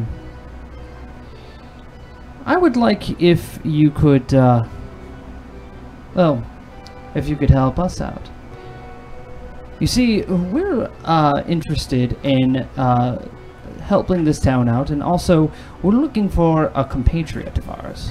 Why do you care about Phandalin? What are you even doing here? It does no concern of you. I just asked you a question. Where is our compatriot? And you know who I'm talking about. Because you know who we are. I didn't know to expect you so soon. I don't particularly know much of you. I had heard of the attack on the sleeping giant, of the slaughter of the gentleman residing there. You would make a fine politician, sir. Shame that way that dwarven girl died. Just so horrifying. She must have been so scared. I didn't. She tripped and fell, as far as I know. As a matter of fact, that's exactly what happened. It's absolutely horrible. And she died. She tripped and fell. Yeah. Yeah, I mean, it was just a pure accident on that part, but no. Grave accident, I'm sure. But we would like it if. Well, what would you like? What would you guys like to do? I'm slightly more interested in information you have about how we're going to kill the people that's in here. I'd still want to kill him. Okay, well, we have a very angry dwarf who's ready to just slit your throat at any second now, so keep that in mind, sir. Livius. Well, we do have a bunch of red cloaks yet to kill. Of course. And I feel like we just have some more questions for this gentleman, possibly once we have all of this wrapped up. All right. Is there So any way that he maybe- can reveal? Is there any way like he could reveal like locations of things for us? I mean, he might be able to give you a general layout of the The thing. enemy count? He doesn't know what. How many enemies are here? Let's see. So, Well, he's keeping books, so you should at least know some. And of what variety? Yeah. He could probably give you a lot of information. He could probably give you a little bit about like the layout, an idea of who is where, suggestions on how to better get yourself through. But he knows that if you want this, like this is his bargaining. This is all he has, and he just wants your guys' word that you're not going to kill him. Well, what do you guys say? You promise Quietly not so to kill that him. he... We don't have to promise not to kill him. And we say that to each other where he can't hear. I was gonna say, we may promise not to kill him, but we don't have to promise not to turn him over to Barry Yeah. for possibly being a That's what traitor. I was thinking of doing anyway. No, and he's like, what a wonderful idea! Of course, turn me into the authorities. There's a very sturdy a jailhouse in the townmaster's hall. That would be a fine accommodations. I'd just be very happy to continue living. But I promise you, I will sing like a bird if I just hear it from each of you. Get your word that I will not be harmed any further. And he rubs his neck. He seems too eager to go to prison, as if he's going. If he He has works some, with So let me invisibility. just say this: he's clearly a politician. He knows that in that position he could talk his way out of it. No, go ahead. Roll a d20. Oh, okay. Me? Yeah. All of us, or just Crow. okay? 11. 11. And I have a pretty good perception, right? It's more insight, but what you are trying to, you kind of think about what he's saying, and why don't you go ahead and ask him why he's so cocksure that going to prison is just so fine. You know what? Let me ask you this. Why do you feel so eager to go to jail? Well, I do have a strong sense of justice myself, and laws are laws to individuals, and he just kind of spouts off some bullshit. But what he does let slip is something about there are powerful entities that can play at work, and that he respects those entities, and that they can they put people away who deserve it, and they get people out who should be freed. And the general idea you get is that he has a lot of faith in the Black Spider I see. to do something to rescue him. Okay. That's what you get out of his bullshit. I think I have an idea then. All right. And this is just amongst us. Okay. I say we incapacitate him, tie him up or something in this room. We take care of all the red cloaks here, red brands, and then we will bring Barry, just Barry, down here to decide what his fate will be. After we have a discussion with him on what kind of a person he is and Black Spider and stuff, and see if Barry even will acknowledge any of this. Yeah. Because I would like to know what Barry's intentions are now, to know like what the fate of this man is, and now knowing that he's the leader of this and the whole Black Spider thing, Barry may even just want to behead the dude. So I would like to. I don't want to take him back to town where he could be easily freed. Yeah. And I also don't want him to die, because I would like to have Barry, know that his dude is here. But we're not going to reveal that we know who he is. Sure. And we're not going to reveal that we're going to bring Barry here. All right. So let's put up the ruse that, Well, let us take care We of. will do nothing to kill you. We're not going to do anything to kill you. However, we do have some unfinished business here in this cave, of course. You know that we cannot take you to prison if there are people still here alive to corroborate, and it would not help your defense very much. Absolutely. Well, okay. Let me just hear it from each of you. I have your word. Yes, I will not die from any of your hands. Of course. You will not die from my hand. You will not die for my hand. I definitely won't kill you with my hands. No promises. You gotta make the promise there, Urian, or otherwise our friend here isn't going to help. I then. I promise. However, uncross your fingers. I can see it. can I give him a physical reminder what's going to happen to him if he betrays us? Yeah, go ahead. I mean, it's up to you. It's you're playing too. Sure. So. What do you want to do to him? Just give him like a slash across the face. Ooh, jeez. Okay. So you take out a knife and you slash him, and it's like just a taste of just to give him an idea of like just the menacing threat is like, you won't die from my hands. Pretty much saying that you wouldn't continue, like you wouldn't mind continuing to hurt him, but with that, he's like he's aback a little bit. He wasn't expecting it, and he certainly isn't happy about having a scar on his face. But he seems satisfied with your promises. I think you just made a Bond villain. And $1 million. million gold. He's aback, and he's like, no. Just whatever sounds people make when they're offended. But what would really posh people would say, like, what a posh person would, never. Can you get first before we tie him up? Can we get some information? Yeah, no, he's about to. He is after that. We lay out our paper that we drew, our crude grid paper of where we're at. He's satisfied with your promises, and he is completely helpful to you. So what he does tell you is that he lets you know that he was actually a member of the Lord's Alliance, and that just in his conversing with you, he just kind of lets it out, much like Crowwood talking about his father, he just kind of drops it. He's like, I used to be a member of the Lord's Alliance, but nobody knows that I've betrayed them now.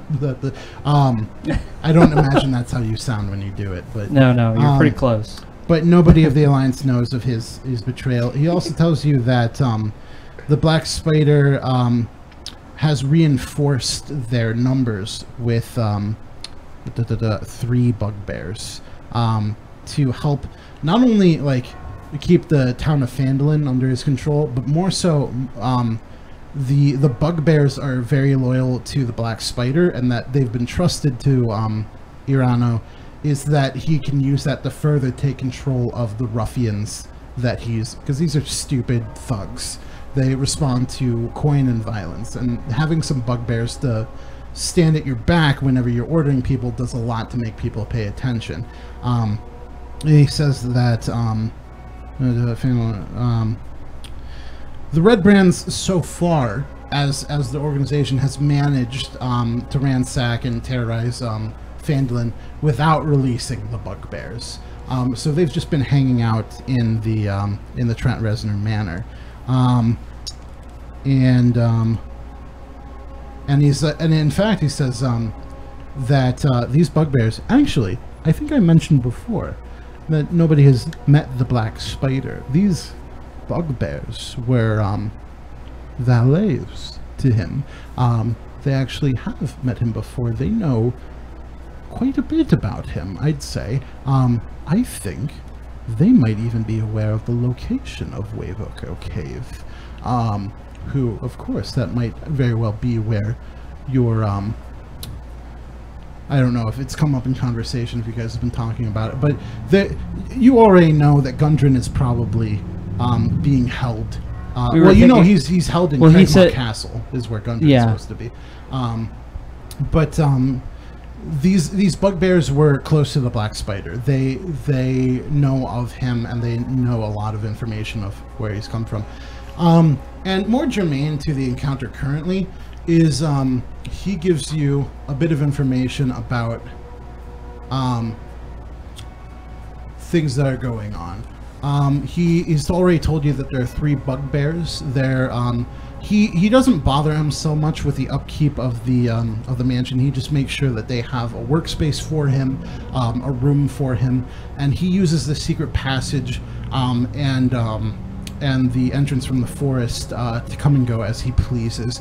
He doesn't spend much time anywhere else, and so he doesn't have a really good idea of the layout of the land. But what he does know is that there are 3 bugbears hanging out somewhere. He also knows that he's got about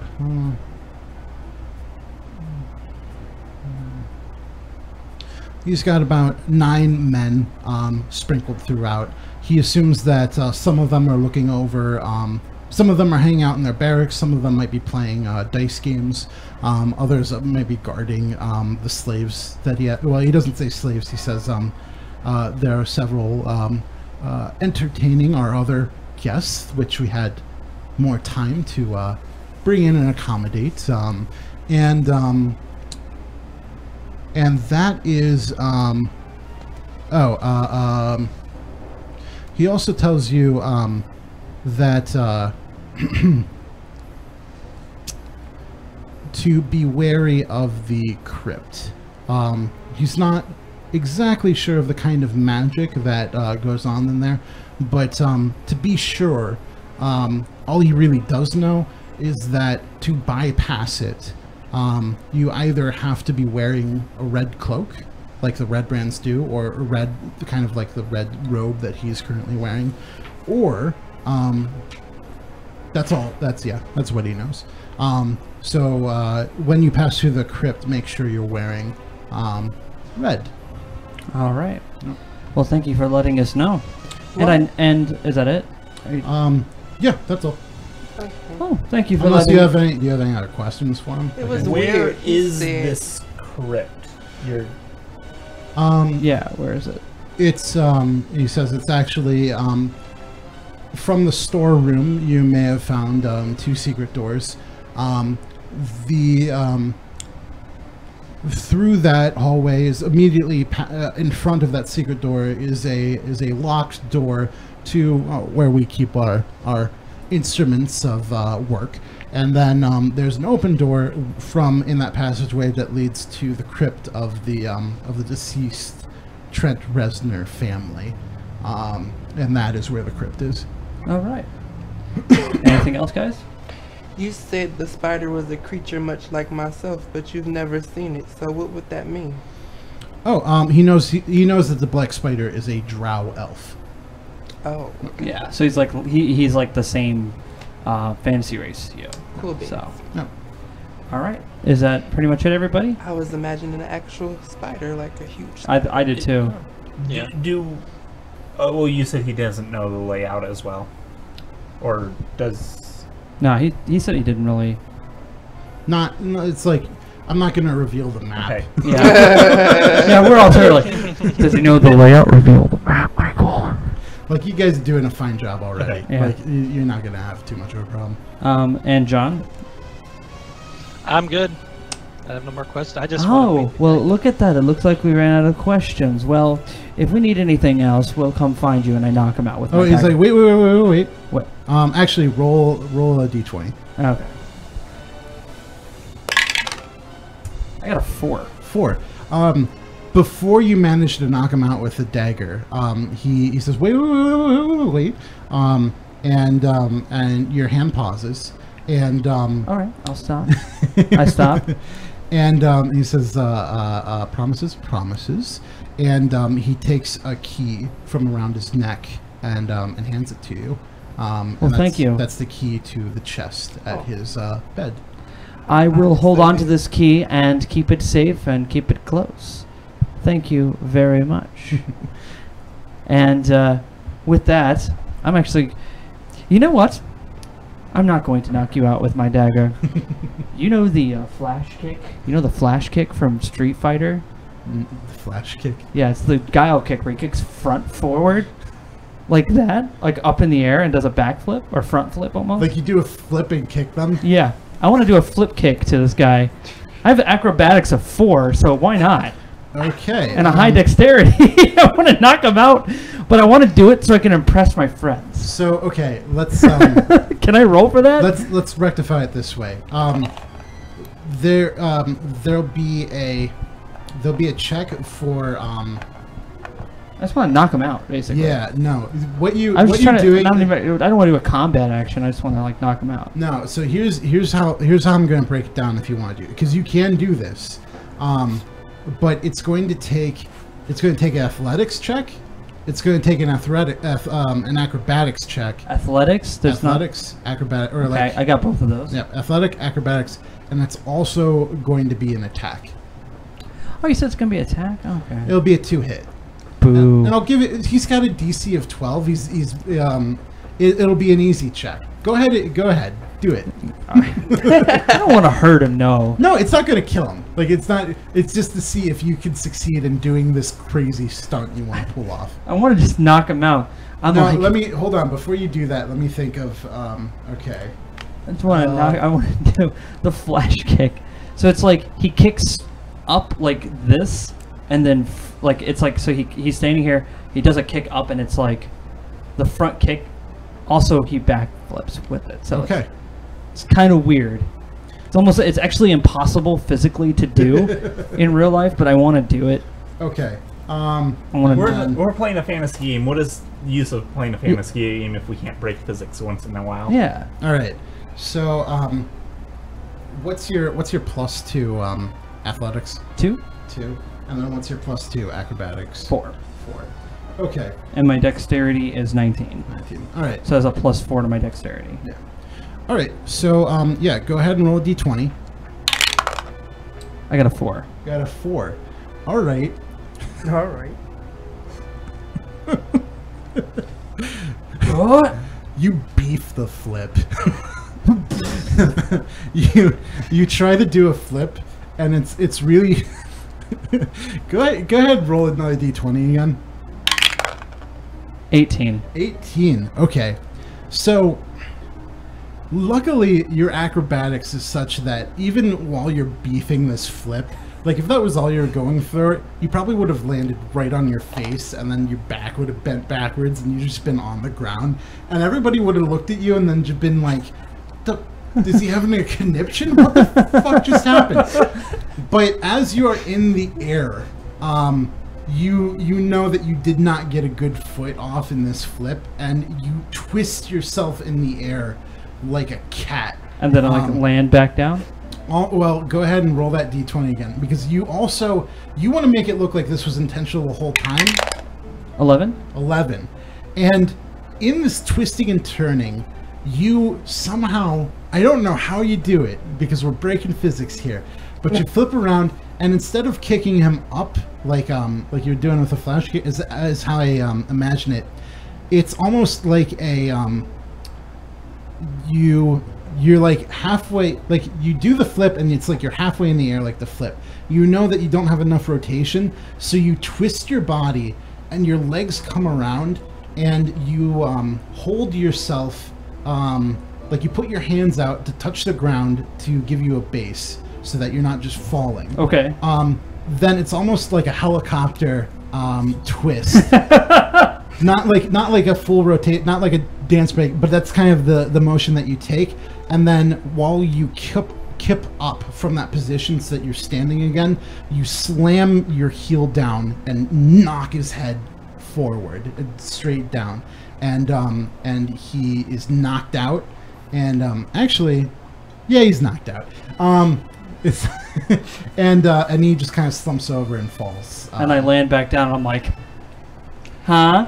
Chris, what do you guys think? Was a circus performer in town as well.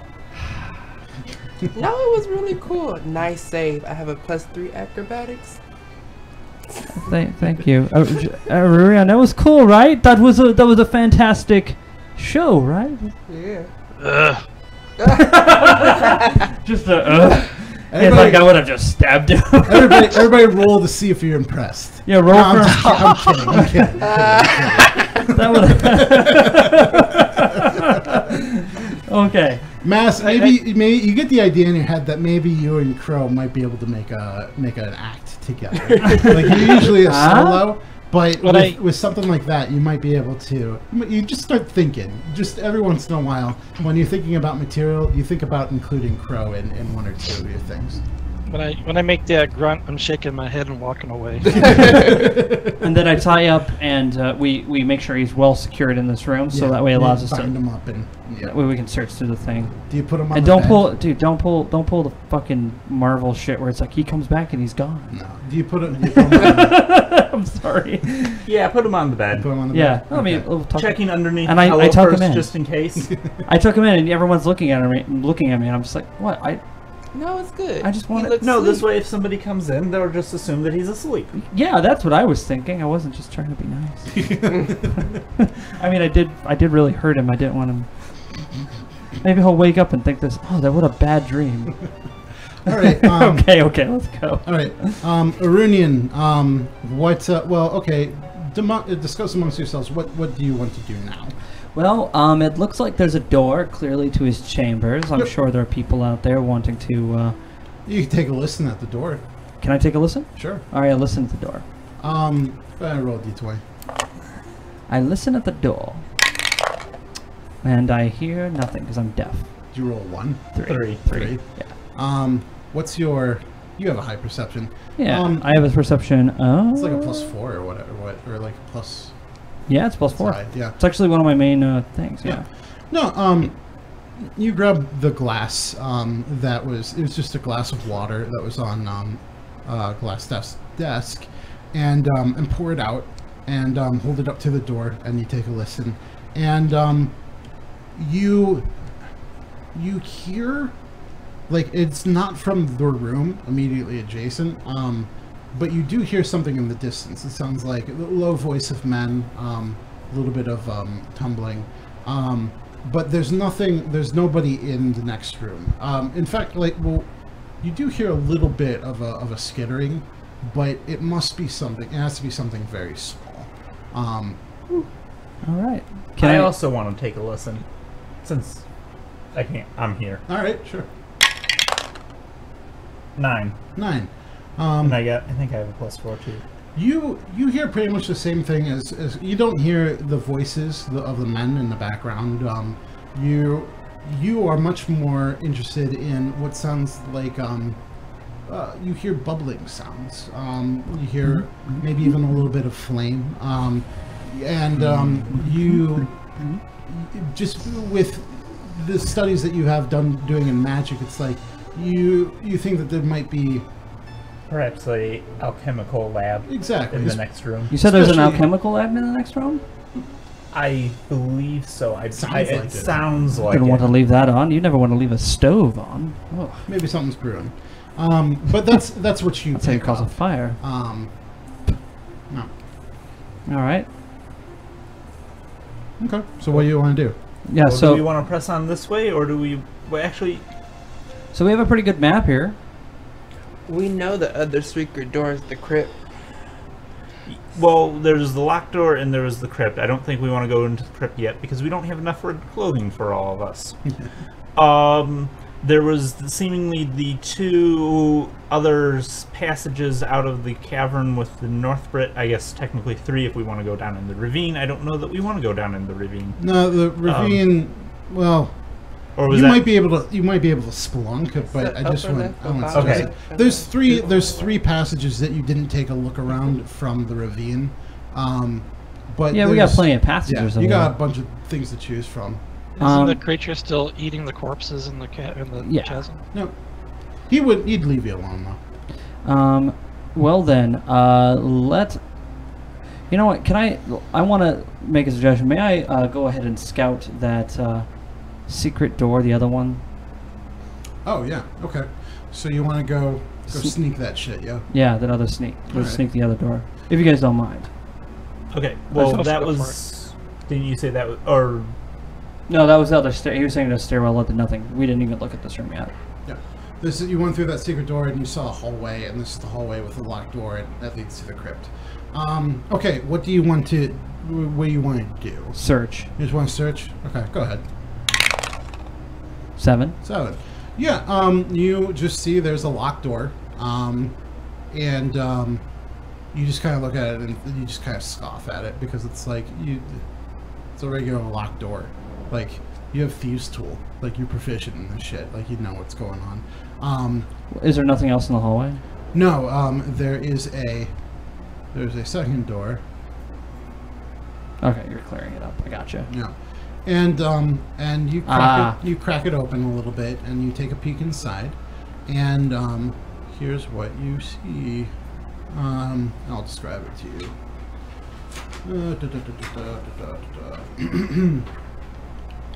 3 large stone sarcophagi stand within this dusty crypt, and propped up against each sarcophagus is a human skeleton clad in bits of rusty mail. False columns along the walls are carved in the image of spreading oak trees. The double doors in the southeast corner are sheathed in tarnished copper plate. Alright, I close the door and I'm like, nope. Smart man. Okay. And I pick up my walkie-talkie and I'm like, well, I found the very creepy crypt. Oh, and you know what? You can peek through the locked door and you just see this is the armory. Racks of weapons line the walls of this chamber, including spears, swords, crossbows, and bolts. Oh. A dozen dirty red cloaks hang from hooks by the door. All right.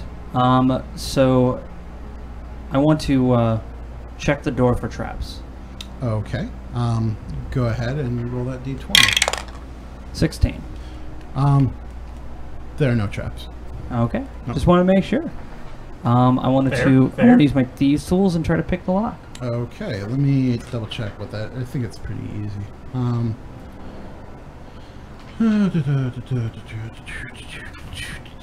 Secret doors.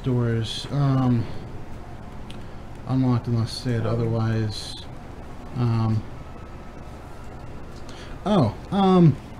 You know what's funny is the key that he gave you, that it had part of a key that looked like it would go into his chest, but Also protruding from, like, at a right angle, there's just a skeleton-looking piece of key that sticks out there. It seems a match for the lock. So you just try it. You give it a shot. Door pops open. You don't even need to pick it. Yeah, and so there's just cloaks in there. There's some weapons. Yeah, it's just an armory.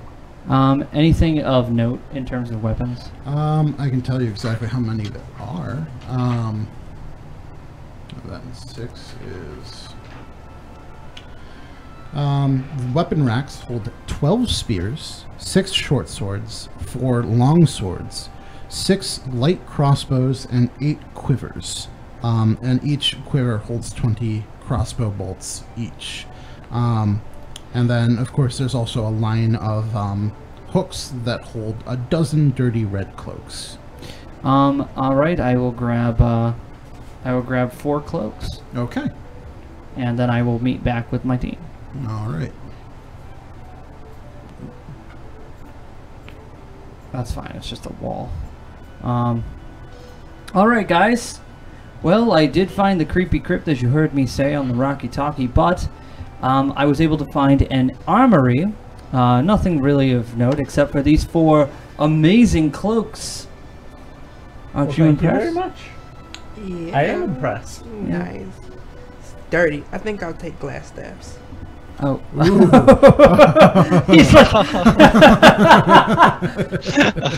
Well, if you're going to take, at least put him in this. I don't want a naked old man lying in bed. Save you the trouble of stripping this guy. He has a closet, and there is not as regal a robe as he was currently wearing. The robe that he has some like gold thread inlaid in it with a little bit of embroidery. The robes in the closet, while they're not as fancy, are quite a bit. No, keep going. Are quite a bit more clean, and than the there is one red robe, and it's quite a bit more clean than the robes that Crow has retrieved. But it's not the same as his. It's not exactly the same. And I mean, they don't know what the spider looks like. Maybe we can throw on the show. Now, I was gonna say, you know, this robe might come in handy. You are a mage, and you could say anything to these men. We could bluff our way through some of these scenarios if we have. Plus, it's probably a pretty dashing robe. Yeah. All right. So I think he's just gonna take his robe. Yeah.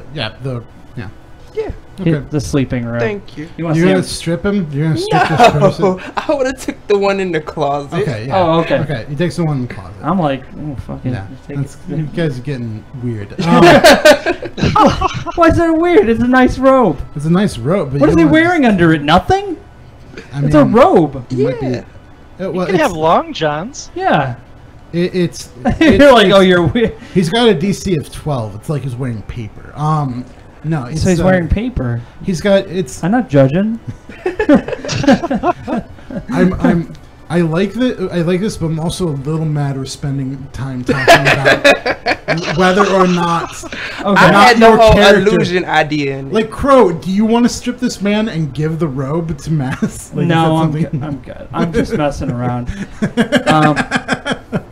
So let's head. I want to take a quick peek into the next room. Okay. There might be a problem with my robe being too large. Oh, you're. Yeah, we'll cut it off with a sword.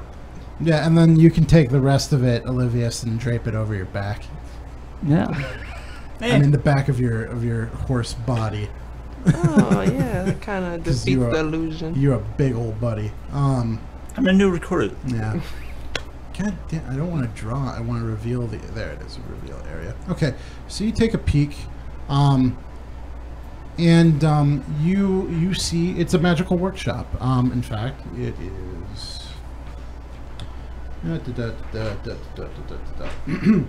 This room appears to be a wizard's workshop. A rat scurries, or it was scurrying. You can see in the dust on the floor there was a little bit of well, yeah, there's a little bit of it was running around, and you can just see, just by looking at the dust patterns on the floor, it seemed to jump up and struggle around a little bit, and now it's just lying on the ground, and as you're peeking at it, it just kind of fades away. And let's see. So that's what the rat was doing. Oh. And Okay. Nobody touch anything in that room. well, I have animal friendship. well, everybody make a He roll. faded away. He was working on invisibility. Olivia's the mask I'm particularly. I'm also thinking like Thanos was recently a thing. Oh gosh, I got a 1. Yeah, 1. Okay. Brain fart. What are you, I can't even think of what we were doing again. So you're like you trying to figure out like what the heck was, and just like despite your training and your experience, the only thing that you can think in your head is like, where'd the rat go? Where'd the rat go? Where'd it go? That's all you think. Mask, go ahead, roll a d4. 17. Mass, you take a look at Olivia's confused face, and you just kind of like shrug at him, and it was like, and you like looking him over, and the fact that it's not clicking, like just by looking, like you think Olivia should know what just happened, but it's so weird, and then you just kind of look at him, and you're like, familiar, right? Familiar. Is this familiar? The rat was his familiar. Now that he's knocked out, the rat passed out, and then he disappeared because it's magic. This is magic familiar rat. Oh. Oops. Not what I was thinking in any case. Cool thing. Okay, we have that room kind of scouted out. Yep. I would like to do a search of that room. Oh, And also, John, feel free to jump in if you want to do something too. Rat scurries across the floor. It did take refuge on a large work table. The work tables are set up with alembics, retorts, distillation coils, and other alchemical devices. None of which, I don't, Sad. like, I'm sitting there like, oh, I'm not touching any of this stuff. All of it is stewing and bubbling away. Bookshelves are crowded with sheaves of parchment and strange-looking tomes. Okay. So what do you want to do? I want to peek in. I Oh, go ahead. was gonna say, can I see what tomes are there? Let me see.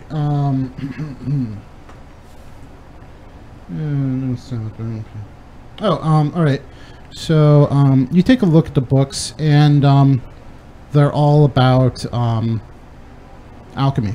It's just a bunch of lore textbooks. Oh, there is a tome written in Dwarvish, and that's the only language you don't speak or read. Oh. You do recognize it as Dwarvish, and a little pang of like, I guess, hate runs through you. But you hold it up, like you pick it up, and that's what you find in this. I go over to see what. I'm sorry. What is his name? Irunian. Arunian has picked up because I know Dwarvish. Which So- is crazy because that's something he's like, damn it. Being curious, like Olivius is the most Book nerd. parcel tongue of all of you. Well, he's a book nerd, but he also knows a lot of languages because he just soaks them up, working with the different people. But he picks it up, and it's a journal, and it belonged to an adventurer named Ermin. And it describes the history of the lost mine of Findelver and the Forge of Spells, which is information that's already been shared. Would you like me to read it again? Is the type with the, like, you know how in a game where you keep skipping over the information, or it popped up like during the tutorial? I think we can skip over. Okay. You skip over that. But it's just history of the lost mines of Phandelver. Ermon records that a magic mace named Lightbringer was commissioned by Priest of Lathander, the god of dawn, from the mages working with the gnomes and dwarves of the Phandelver Pact. The mace was lost when Wave Echo Cave and its mind vanished from history.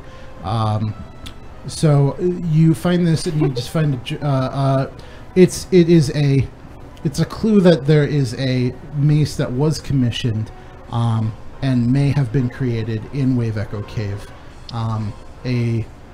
It's like a holy paladin's magic mace, because that's what you know about Lathander. He's a god of light and dawn. And I think it'll keep I think I'll keep that journal. Okay, so you just hold on to that journal. Maybe And you could be like, Papa Olivius, can you read me the story? But yeah, those are the books that you find. But I'm yeah, tired. Read me a story. you find that journal, and then all the other books are just tons on alchemy, a lot of basic alchemy, some more advanced principles, a lot of stuff on invisibility, because that seems to be what he's. Oh wait. Oh, now that he has succeeded, so yeah, no. All of the things that have been set up, it's for brewing potions, and because you talked to him, it's probably invisibility potions. But it Olivius and Mass, roll a d20. 5. 5. 5. 5. You can't tell if what's been produced is of any value. It could be a magical potion that makes you invisible. It could be something in between. Might be something completely different. Might be poison. Might just be very, very clean water that was distilled through everything. You don't really have a clue. But that's set up, and it looks impressive. Yeah. What else? And then Crow, you did a search, right? Yeah. Most of the materials in this room don't have any value. Okay. I mean, the books are... I was just basically doing things. a general search to make Yeah. sure there are any traps or anything. There are 3 small bottles, though, that you find in a small chest. They're held in... they're held gingerly in this box that was made to hold on to them. And you take a look, and it's rare reagents. One you know as mercury. Another one is dragon bile, which, I mean, you can imagine how hard that's good to pick up. And the last one is powdered nightshade. And these are worth 25 gold points each if you were to take them to an apothecary or an alchemist.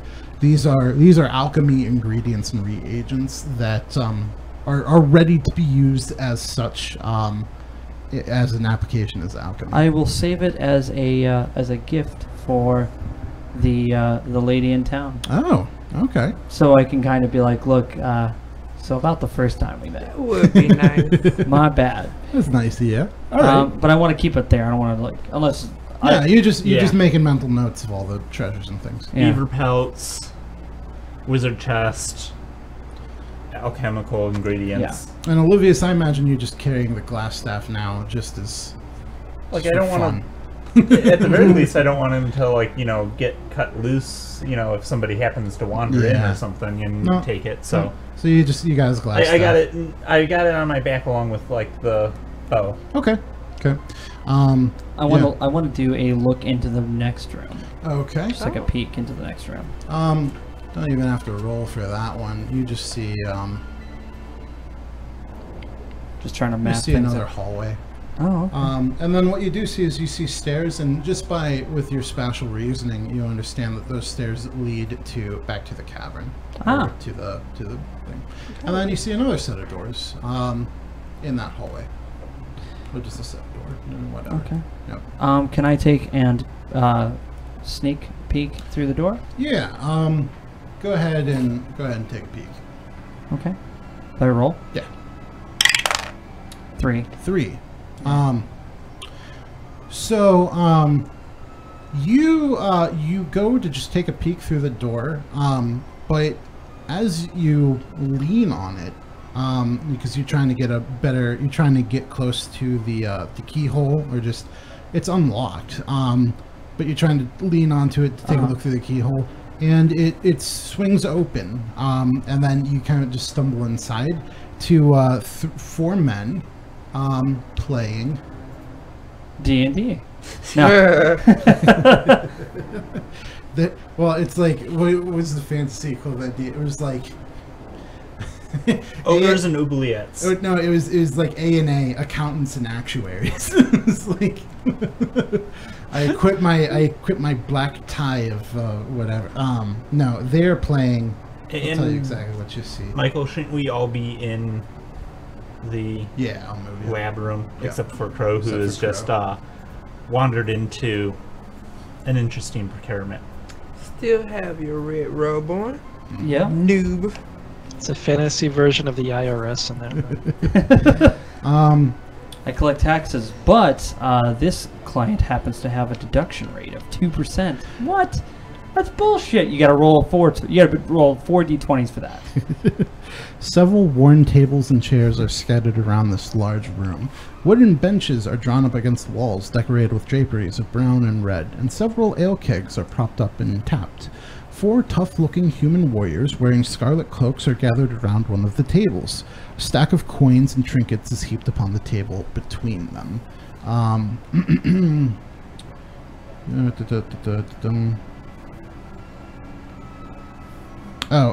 So as you were walking in, you heard them even when you listened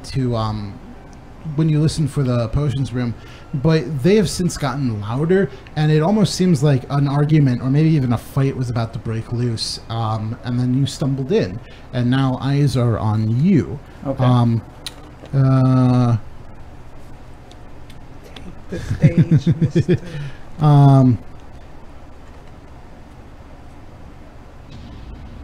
Oh, jeez. Interesting. All right. What do you do? Oh, so I stumble in, and I'm wearing my red cloak, and I'm like, the stupid door just broke on me again. Oh, I'm sorry. A stupid wizard had me try out one of his godforsaken potions. What is going on in here? You were all really loud just recently. Who the fuck are you? I've been here for 2 weeks and you don't... Are you really that drunk again? Are you really that drunk again? Well, we have been drinking. My God. And I just got a little bit buzzed from his... What does he put in his potions, for crying out loud? Oh, God only knows. Oh, Jesus. Do you guys have room for another? Oh, you mean to join us? Yes. All right. So they make room for you at the table. Go ahead and roll a d20. All right. It's totally not a 3. That was a terrible roll. You sit That's down. like the second time. This dice sucks. You let's see if I can make room for you at the table here. Oh, no, bite this time. It's like he's like, whoop! I fell. Oh, you're always so drunk. There you go. And then I'm like, let me just. No, you sit down, and you sit on on the table, and one of them hands you a dirty cup of ale, and they're about to start a round of betting again, and so now you are, let's see, you were tapped out, right? So Not completely. I had like something. let's say, okay. Well, let me tell you exactly what's on the table. Probably more than me. Okay, so you took a survey of the guys at the table, and nothing really stood out to you. But with your experience, you can look over a table and kind of identify all the shit, all that's what's worthwhile on it. So you take a look, and you see about 75 copper pieces, about 50 silver pieces, 22, I guess. What is it called? Ethereum pieces? Oh, which is like, god damn it, why do we need another thing between silver and gold? But I guess it's like another division of 10. And then 15 gold pieces. And you even see a gold earring set with a tiny ruby. And you're thinking that that earring is worth about 30 gold pieces by itself. But that's just about not well distributed. The bulk of it lies in front of one man. In fact, it's the man that you're sitting next to currently, on your right side. So this dude right here. I'm so happy. Wait, it didn't appear on ours. It doesn't switch around. It only shows it when you move it. This guy who's jumping around because okay. but no, that guy, he has most not most, but a good deal of the pile in front of him. And what are we playing? You're playing Knucklebones. Okay. For a second, let's assume that you just start playing, I'll say that you had like a secret stash of maybe like a reserve of a couple of gold pieces, a couple of silver, and Just like enough to get me in the game. a good handful of copper. And they kind of look at you and they're like, "Is it worth it to take this kid's money?" But they let you into the game. Meanwhile, what's everybody else doing? From their perspective, it looks like Crow just stumbled through a door and has not come back yet. As quietly as I can, No, I'm kidding. Go ahead. Sorry. go up into the hallway, and I go to listen at the door. All right. Go ahead and roll a d20. Oh god. 1.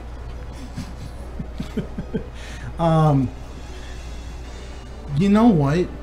Just because you communicated with the Nothric, or the Nothic, and you're getting close to the crevice again, it seems like it might have finished off the flesh that was remaining on that corpse, and now that it's unoccupied with that corpse, it's back to being hungry again. Because if it's not eating, then it's looking for food and it's hungry, and so it's kind of thinking about the pile that might accumulate soon with the bargain that you guys made, and it's getting hungry, but it's also getting it's whetting its appetite, and then again you think of eating yourself, and you're just like, God damn it, and that completely distracts you from hearing anything. Wow.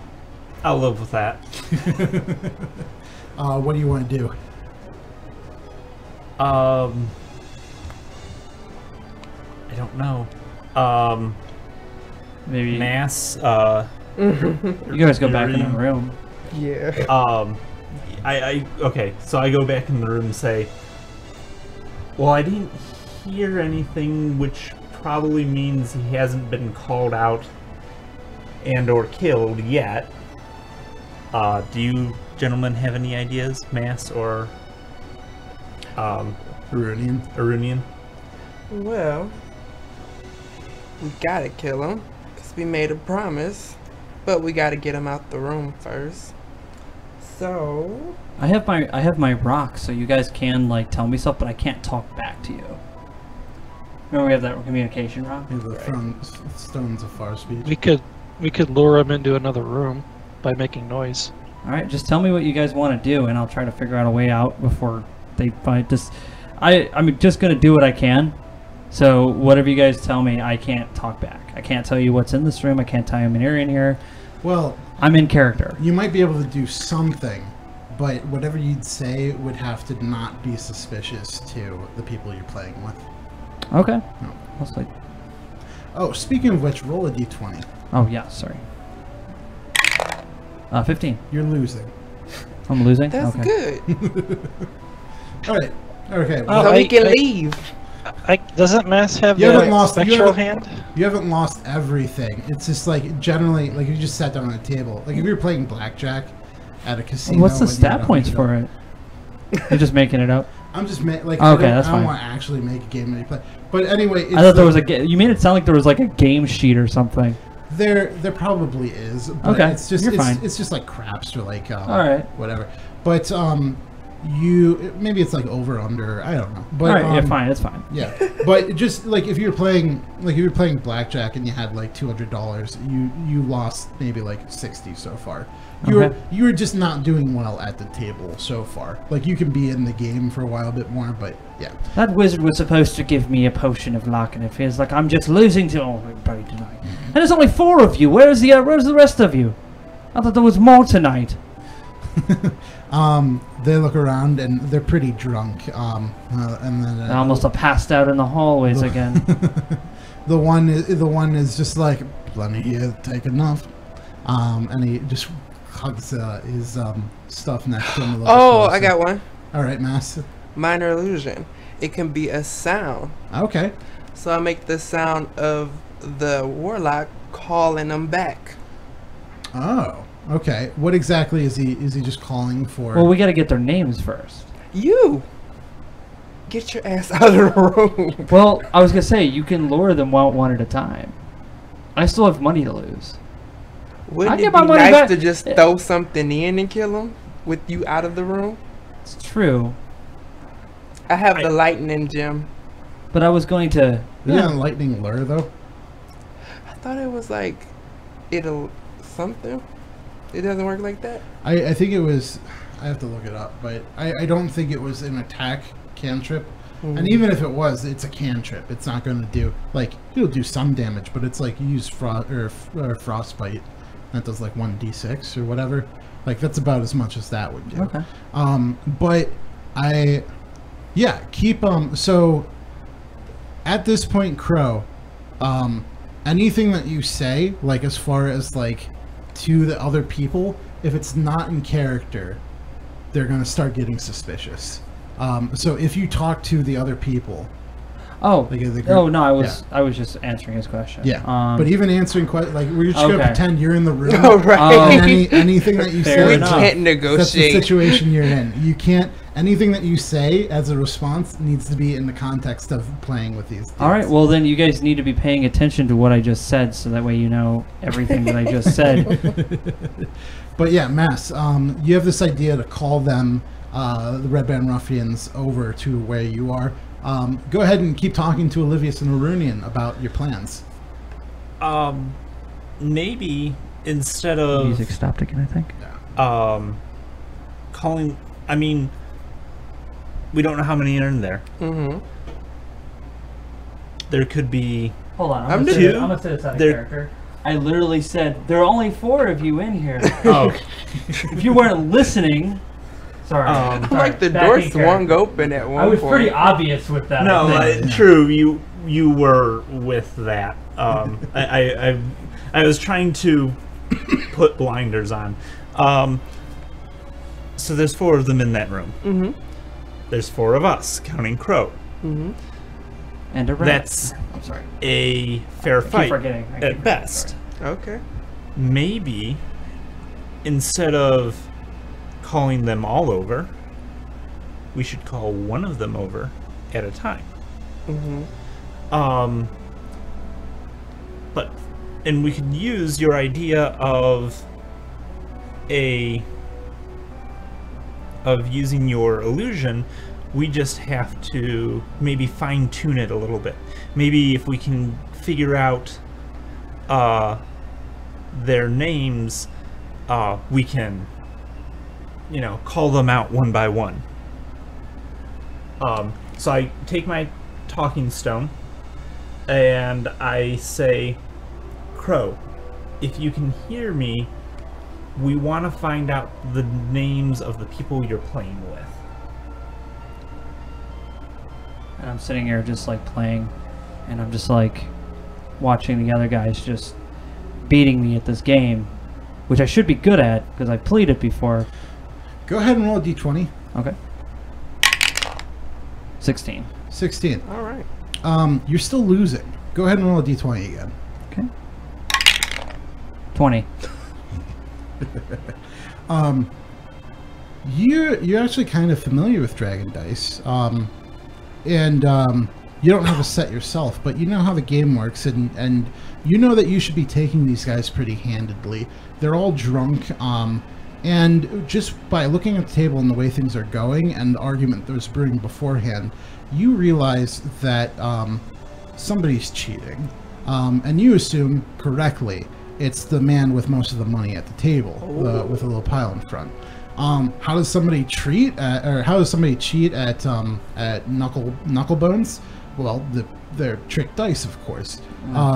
As you're rolling them in your hand, you can kind of feel what's weighted, and you get an idea, and you just kind of, with what the gameplay had been happening before, you get an idea of where things go and how to turn things a bit more in your favor.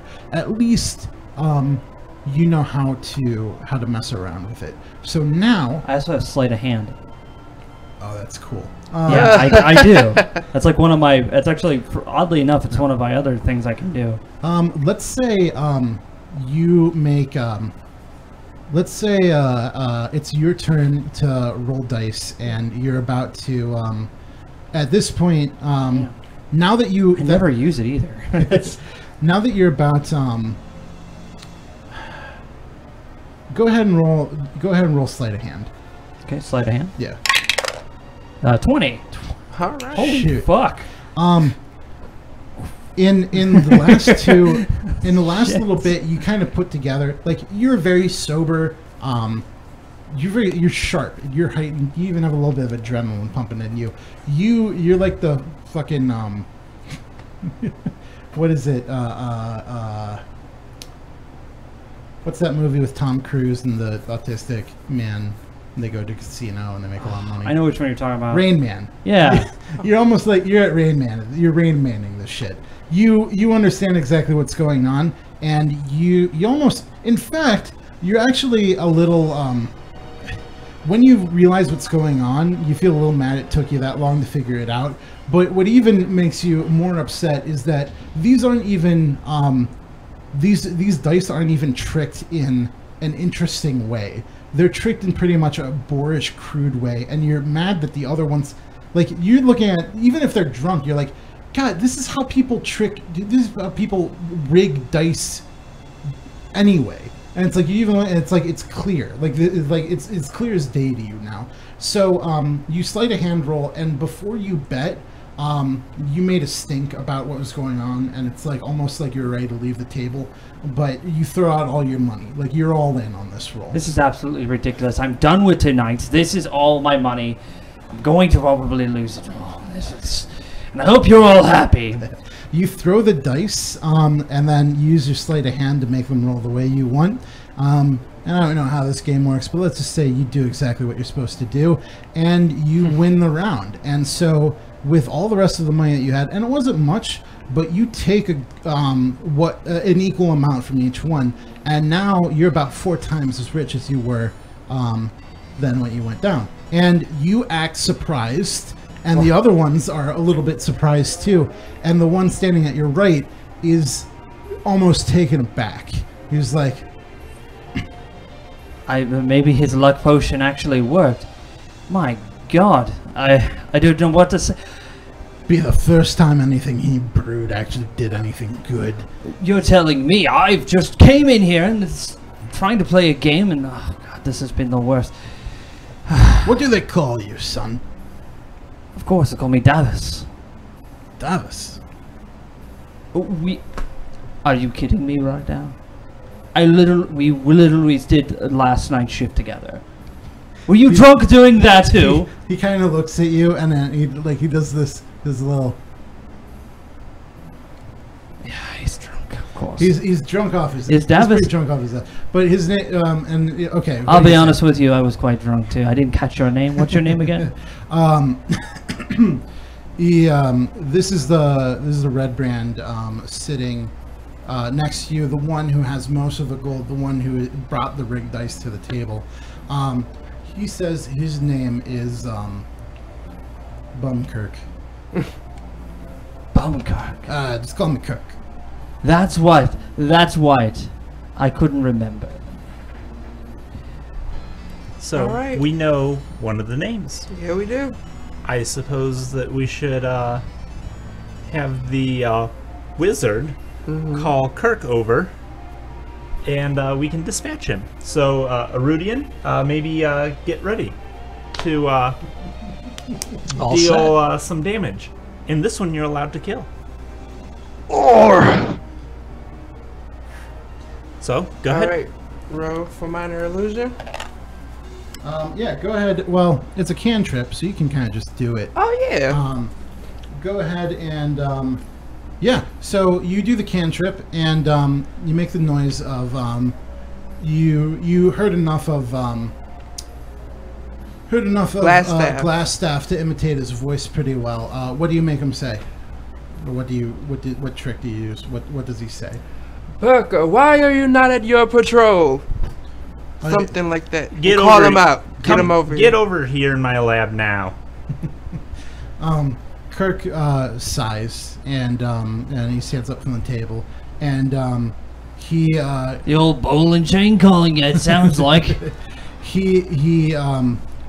he pulls his winnings like pretty close to over to. Don't get too comfortable with those winnings, Bumcook. I'm coming for him. He sloppily slides them into a bag because he's eyeing all of you. He doesn't trust leaving. He's like, of course I'm not going to leave my gold at this table.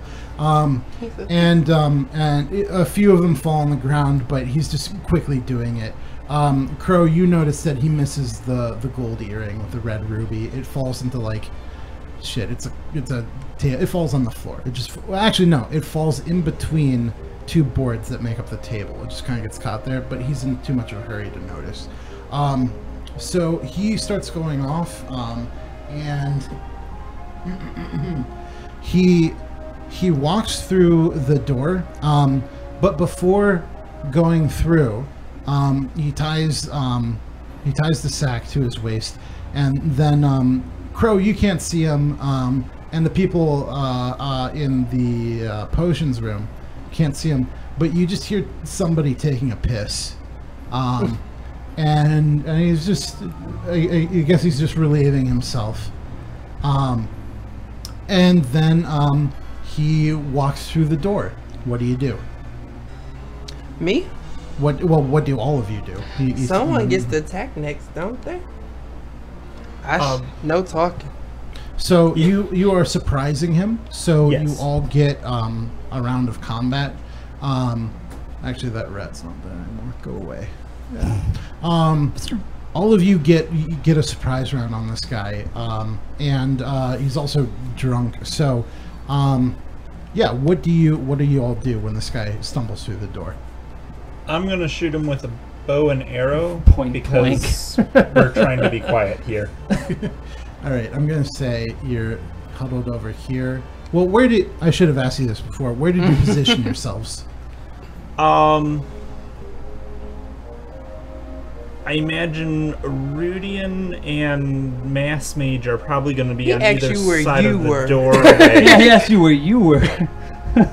Well, we kind of talked a little bit of placement strategy before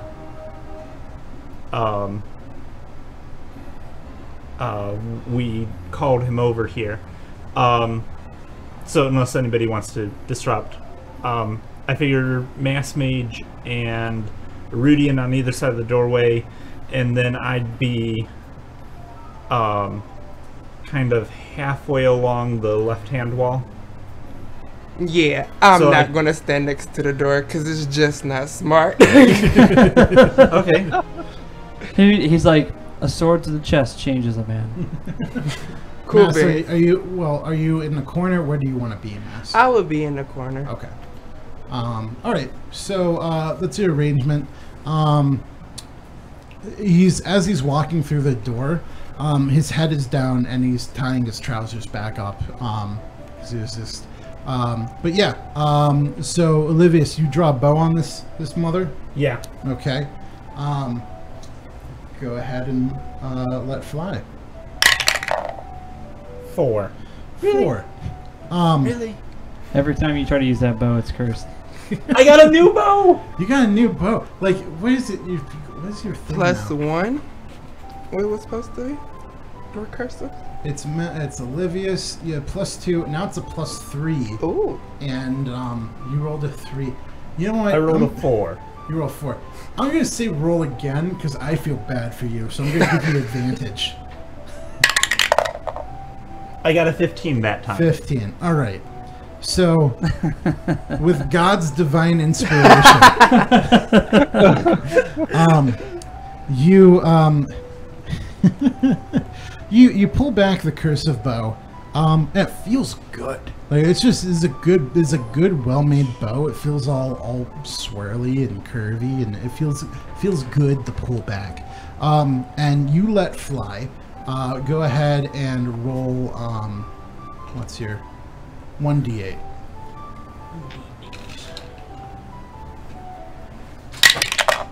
8. 8. All right. Let me check his stats too, because I think. Okay. Yeah. You sink that arrow right into his chest, and it's like right there, and it's like it's Hey. weird. Exactly. He's just kind of looking at it, and he's like, "What the?" Huh? He's looking down. All of a sudden, an arrow's in his chest. Is like, well, that wasn't there a moment ago. And maybe he doesn't have hit him. Mr. But, Arrow, where'd you come from? I'm feeling kind of tired. I should fall asleep. Arunian, what do you do? I'll hit him with my short sword. Okay. Go ahead and roll d20. For Arunian. Oh, Arunian. All right. Well, Rudin, who do you want rolling for you? Let's see here. Choose Nick. No, I don't know. You see that last roll with that bow he had? It's just the bow that doesn't like me. I did good with the Nothric. Let's go with Crow this time. Okay. Roll All that right. 20. All right. We'll go around the room. This is gonna end my friendship right here. 15. 15. Yeah. You go ahead and roll. Crow, roll a 1d6. Okay. Nope. You Hold on. missed. Missed the thing entirely. I got a 1. And a 1. Okay. Runian, you bring his short sword down, and he's you meant to go for like his torso, but in his daze he's turning toward where the arrow came from, and so the tip of your blade slashes across his arm, and it's a pretty good gash. And Mass, what do you want to do now? Frostbite? Okay. Mass, I think I roll for that one. I'm rolling against your spell save DC. Oh, that's okay. DC and then 16. Okay. Yeah. What do you roll for frostbite? Is it D6? I think so. Let me double check for you. Frostbite. 1d6 cooldown. Yeah. So roll a d6. Alright. 3. 3. All right. And then yeah. All right. So he's frozen and bleeding, and He's got an arrow in his chest. an arrow in his chest. He's and I guess from being, let me look something up because I needed to do this while I was poison conditions, D&D 5th edition. Poison creatures disadvantage on attack rolls. Oh, he just has disadvantage on shit. Okay, because he's drunk, because he's poisoned. All right. Now I suppose what you do is roll for initiative. Let's see. Yeah, everybody roll Crow, or not Crow, Mass, Olivius, and I'm rolling other kinds of dice right now. Olivius, roll a d20. Okay. I got a 10. Got a 10. And then Mass, roll a d20. 8. 8.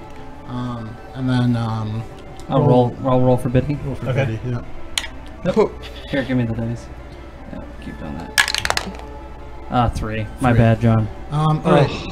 Olivius, you are first in the initiative order. So what do Okay. you want to do to him? Another arrow. Okay, go ahead. Roll that d20. 5. 5. Good grief. Yeah, that's not going to do it. You're just trying to get an arrow out, but it's just happening so fast. It's just hard to get the arrow out, and so you just can't get it off. So then we have let's see here. Mass, roll a d20 again. 15. 15. It's your turn. Frostbite? Frostbite again. Okay. Yeah, go ahead and... 5. Actually, you don't have to roll. Well, was that a d6? Yes. Yeah. All right. Well, let's see if that hits. 15. You have wisdom, spell attack. No, that's Iridian. It's mass. You do intelligence. I think that doesn't save. Yeah. He dies. Cool beans. He falls over. He falls over, frozen. Is Like- it shattered in a million pieces? Yeah. when he hits the No, ground? because that would make it more awkward to give it to the rock. Not correct. So he lands over like. All right. So he's dead. What do you want to? What do you want to do now? Well, they're all drunk. I'd say we all store them in, because now it's 4 on 3 with us having an advantage. We could. I'm not saying anything though. Sorry. Oh, Crow, go ahead and roll a d20. Yeah.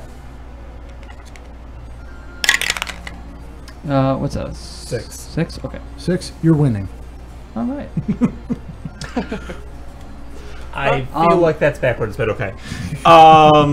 Unless at a certain point, him winning And gets them angry and I've been meaning to they ask. stop playing. Why are you sitting so close to me? It's almost like you're not even near the table. He's like, he looks around and he's like, fuck, you're right. And so he goes and he sits down where the other dude was. And he's like, feel much more comfortable now. Thank you. Okay. It was weird. Um, No, I didn't do that. so I was bothering me for a while. It's like, what is he like sharing a seat? so I take the money pouch off of our victim, and Okay. I toss. Question: do I have enough time to go toss it in the ravine, or do you can want to? just hold on to it? Fleeing Okay. the scene already. Well, I was thinking, like, keep the Oh, are you talking about the body? body. Yeah. You're not gonna have enough time Okay. to throw it in the ravine, but you do have enough time to put it in like. We'll put it in the wizard's room. Yeah, put it in. It's gonna be a weird thing to wake up to if you don't put up the pile in time. But okay, yeah, you just move him to the wizard's room, just out of Okay. sight. You wipe up a little bit of the blood. You can't really do much, but these guys are drunk. They're not gonna notice too much of you. Okay, so yeah, go ahead and now what? I think this has been a wonderful plan, and we should keep going with it. Okay. I mean, Krill, can you get us another name? We're ready for the next. I'm ready to roll on my dice. Are you gents ready to lose the rest of your money? I'm kidding, of course. I'm doing quite horribly. They scowl at you a little bit, but the one sitting next to you who moved after you gave him the suggestion, he scowls at you too, but then he smiles and he laughs. You know you're going to probably take my money. No matter how drunk you men are, you're always going to win. I've never been good at these games. So I'm going to go ahead and I'm just throwing a thing out there. No, okay. So yeah, there. Of course. It always ends up being me who loses. Every single time. You know, I just feel like... I've known you men most of my life. Actually, I don't even remember most of my life before even coming here. It's Davos. Sorry I had too much to drink. What was your name again? I didn't catch it. Wait. Oh, are you just asking, like, I'm pretending to be drunk. your parent? Okay, yeah. Okay. Sorry. Who were you asking for their name? The guy who moved over. guy who moved over. I'm right on. I'm like, what was your name again? I forgot. Oh, sorry. Sorry. I wipe my chin off. Roll a d20. This is not working. so weird. I got a 9. Got a 9. He's he's a little uneasy. And he kind of pushes you away. But it's like, it's Lothric, dude. It's not like. Lothric. Oh, sorry. Whose turn is it again? Yes, I believe you have a spell. No, I'm talking to the people at the table. Whose turn is it again? Did I roll?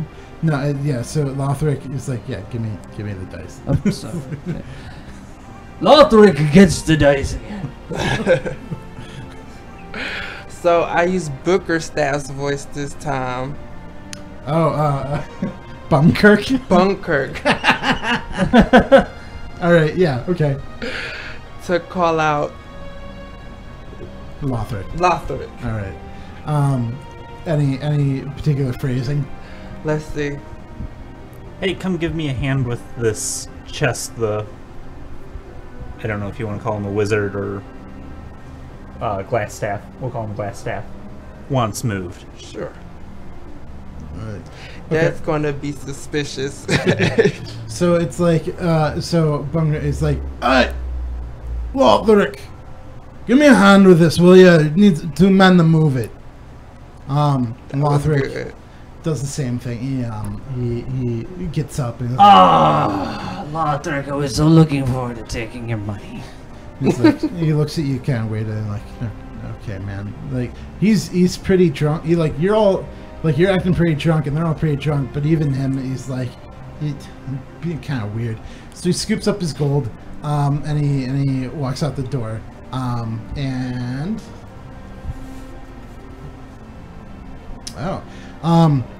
he shakes his head a little bit, and he doesn't know anything out of the ordinary. And he steps through the door. Again. So, I guess I take a shot with an arrow. Okay, I got an 8. an 8. Improving-ish, maybe. This guy's. This ruffian is 14, 8, and then you have a +3. Yep, not gonna do it. This time you get the arrow in your bow, but it's like you must have had it. Like the cursive bow, like it was so nice, it pulled back so well, but maybe something in like, I don't know if there's gear on this thing. I haven't like get a picture of it in my head, but now you're trying to pull back again and it's not happening. You don't know what you did right about the first time you let fly, but now it's just hard to pull back, and so you're just kind of getting accustomed to it a little bit more.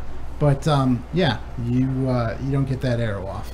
Arunian, what do you do? I'm gonna hit the short sword again. Okay. Who do you want to roll for you? Let's let Jermaine have a roll.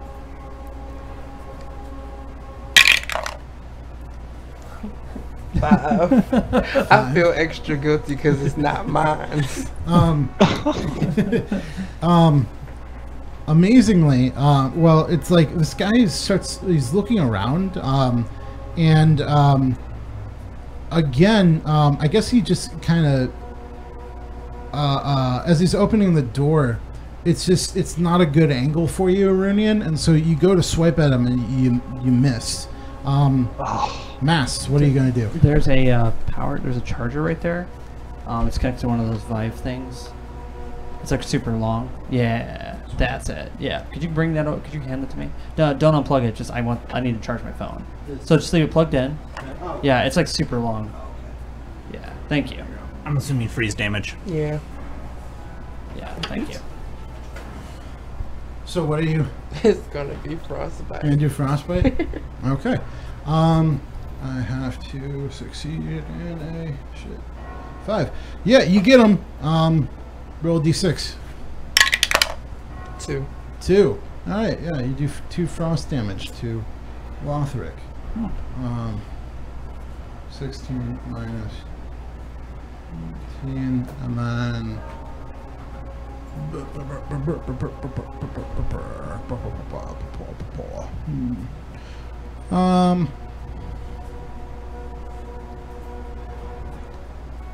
Yeah. All right. So. All right. Everybody roll. D20 for initiative. Oh boy. 15. 1. Biddy, who do you want rolling for you this time? Keep in mind, Jermaine just rolled a 1. So of course he's gonna roll 20 next. Right. There is that. Probability. Go for it, Nick. Okay. 16. 16. All right. It's only for order anyways. Yeah. Arunian, you get another chance to attack.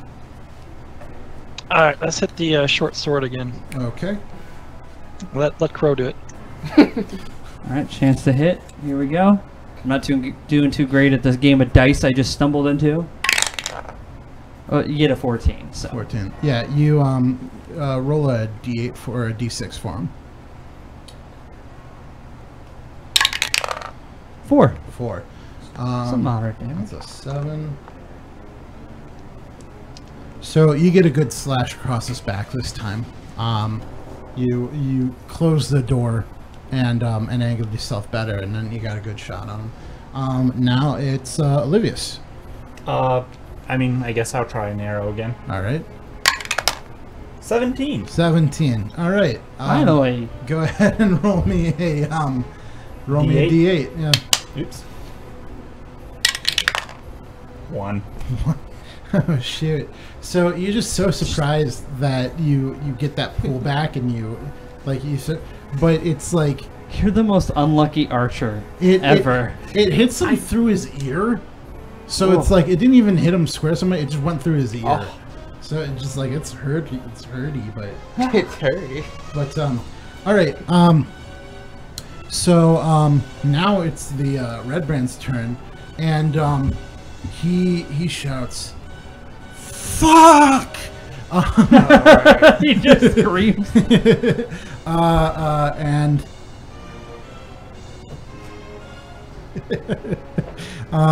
he says, "Oi, you get in here, all of you. We got something going on." Do they hear that? Yeah. Okay. They hear Then it. I get up and I'm like, "Oh, you heard him? Sounds like we got some intruders, eh?"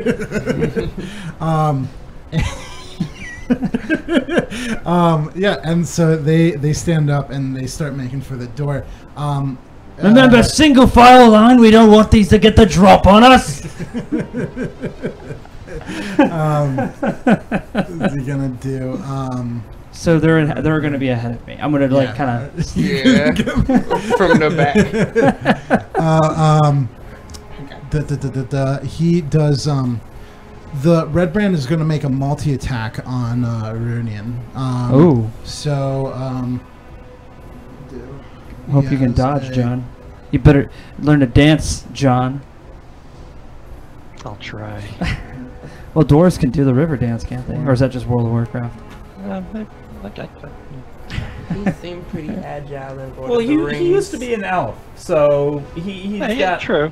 a little bit of agility, just not in the body he's used to. Exactly. All right, he makes 2 melee attacks at once. The first one misses, but he kind of gets you in the corner, and then the next one is going to hit you. It's going to hit for 6 piercing damage. So he stabs at you and gets you in the shoulder. Yeah, and so... Where's your mithril? I left it at home with Bilbo. All right, and let us... Crow, roll a d20.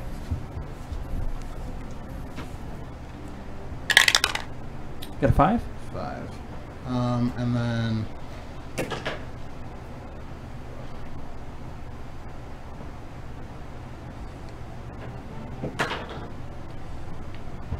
Hold on a second while I do order for initiative. Let's see, it goes...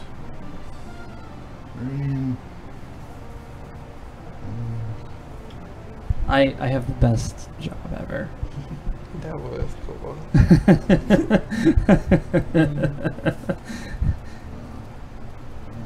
I've just played the rogue in so many. I kind of wanted you to come out so I can bust in the room and use Earth Tremor because it's the area damage thing. Then y'all could have filed there and finished it off. Next room. We still have 3 bugbears to deal Right. with. And I have So a- trust me. I have a plan for that. Okay. I am interested to hear this plan once we are done with. I'm sure Michael's going to love it or or hate it. He's probably going to be like, he's going to totally make it that seems about right. impossible, but Okay. I got an idea for Okay, that. yeah, Crow, it's your turn. The way you got it set up was... I'm behind them, so I have... do I have...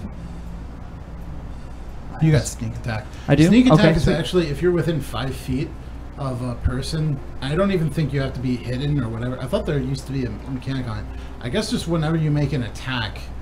Let me look that up again because I think let's look at it together. Sneak attack where you have an advantage on another enemy or creature is within 5 feet.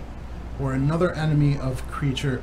Oh wait. I can only do one enemy of. Okay, so if you are with your party and there's somebody within 5 feet of the same creature that you're attacking, that means you can do a sneak attack because it's assuming that their attention is divided, and so you can get a good one. But is their attention divided going into that room? Do they not know that I'm... No, they're not close enough. So 5 feet is like... Oh yeah, I got you. As an example, like Mass is within 5 feet of this dude. So if you had made it so that you're in a good position, actually, did I show it? I think it might have been hidden, but you got to be next to him. So like if you were here, you'd be able to sneak attack this dude even if he was looking at you because you're next to a Runian. But where you are now, you don't have. I guess by the rules, you don't have sneak attack. Ah, okay. Yeah. Well, fuck it. You know what? They don't know you're attacking them, so yeah. I was gonna say that's why I had them. I'm like, well, if I would have done that, I would have just fought them in the room. Fine. Yeah, no, yeah, you have sneak attack. Okay, cool. Fuck it. That's like it's a definition of making a sneaky attack. Yeah, you're gonna make an attack on the guy in front of you. So yeah, you're God. You get to make up the rules. Yeah. Do I need to roll d20? Yeah. Okay, rolling d20. Oh, I got a 3. Boo. 3. Roll again. Okay. Roll inspiration. Fuck it. 12. 12. Yeah, that'll do it. Go ahead and roll 2d6 plus 4. So it's a 2, a 4, and then you said I need to roll a... No, you got it. It's that's 10 damage. Okay. We're gonna call that... I should have decided which one was 1 and which one was 2 before. We'll just call that 1. Yeah, you get them good. And then we're gonna say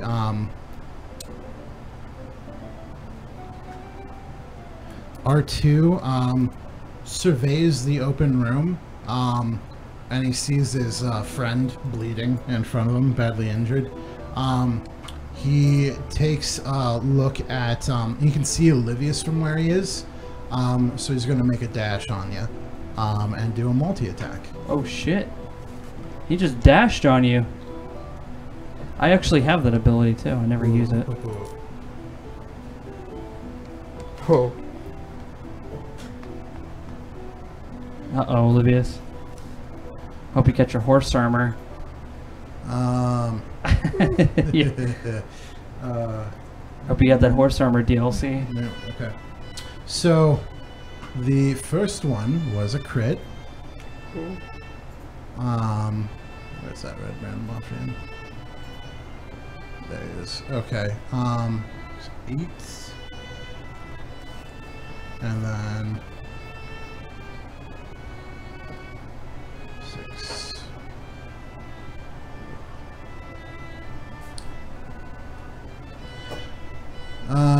And Olivius. He has reduced you to 0 hit points. Oh. Wow. He basically does a run and a jump, and gets you real good with 2 attacks, and he basically slashes an X across you, and you slump over. You're bleeding out. Red Brand is OP. That was his turn, and Mass, it's your turn now. Okay, I was gonna use my arrow, but he needs to be frostbitten, so I'm gonna go for that. So it doesn't come for you now. let's make sure I can understand the position that we're in. You have Lothric, who... Okay. Wait, I will try to attack the guy that's closest to Lothric, right? Well, this is... So Lothric is in the doorway. Right. No. Just below the... Lothric's in the... He's next to Runian. This is the guy who just wasted Olivius. Mr. X. Mr. X. And then this is the one that Crow just attacked. I can't see. We can't see what you're doing. Oh, I'm just selecting. I wish I had better. Oh, let me use the paintbrush. Shit. Yeah. All right. So, right here is Lothric. All right, and then right here is, of course, this is the dude who just wasted Olivius, and then Crow just attacked. We'll say these doors are open so you can see what the fuck is going on. But Crow just attacked this dude. You've been wailing on Lothric. He's pretty low because he got some good damage on him. But then this dude is at full health. He hasn't been attacked yet. And then this dude has been attacked by Crow, who got a really good... You got a good hit on him, didn't you? Yeah, okay. Yeah, Mass, what do you want to do? My suggestion is go for the guy who has the full health, who hasn't been able to take damage. Because I think John can kill the guy by the door, and I could take the guy I just attacked. Okay. And I know that's putting a lot of pressure on you to like keep him from killing you, but if you kill one of our guys, it'll be like John has to go across the room and attack this other dude. And True. I'm pretty far away from everybody, so. All right, I'll keep it frostbite then. All right. That's all. Oh wait, I got something more powerful than that. Yeah, I was about to say, you got some first level Yeah, spells. let's do magic missile. Magic missile? All right. Magic missile. How's It's like a that? command name. Magic creature across these Goes right through. 1d4 plus 147 darts all strikes 17. You can try to one. Okay. Magic missiles, how you mess with 12 those plus guys what? in the bar. I should really go back and listen to that now. It was a good one. It was a good one. What is? This is a good one too. We're playing actually pretty extended, a lot longer than. I think after this encounter we should. Yeah, go for after we wrap up this, I think we should. because we call it started a at night. 8 o'clock. It's now it's 11. Pretty late. Yeah, let's. I always feel like you should roll for this thing, but no. You know what? Its armor's class is 14. You have. Oh, you know what? Maybe that's how that fuck it works. Yeah, you launch off magic missile. He's close enough that you don't have to aim so much with your distance. I think I finally figured out how that shit works. You have intelligence like of a DC check of 12, and that's modified with 4. I think if that's greater than their AC, you just launch it, and I think if it's less than, that's when you roll, and then you get like the +4 to your roll. But you're close enough that you launch off that magic missile. Go ahead and roll a D4.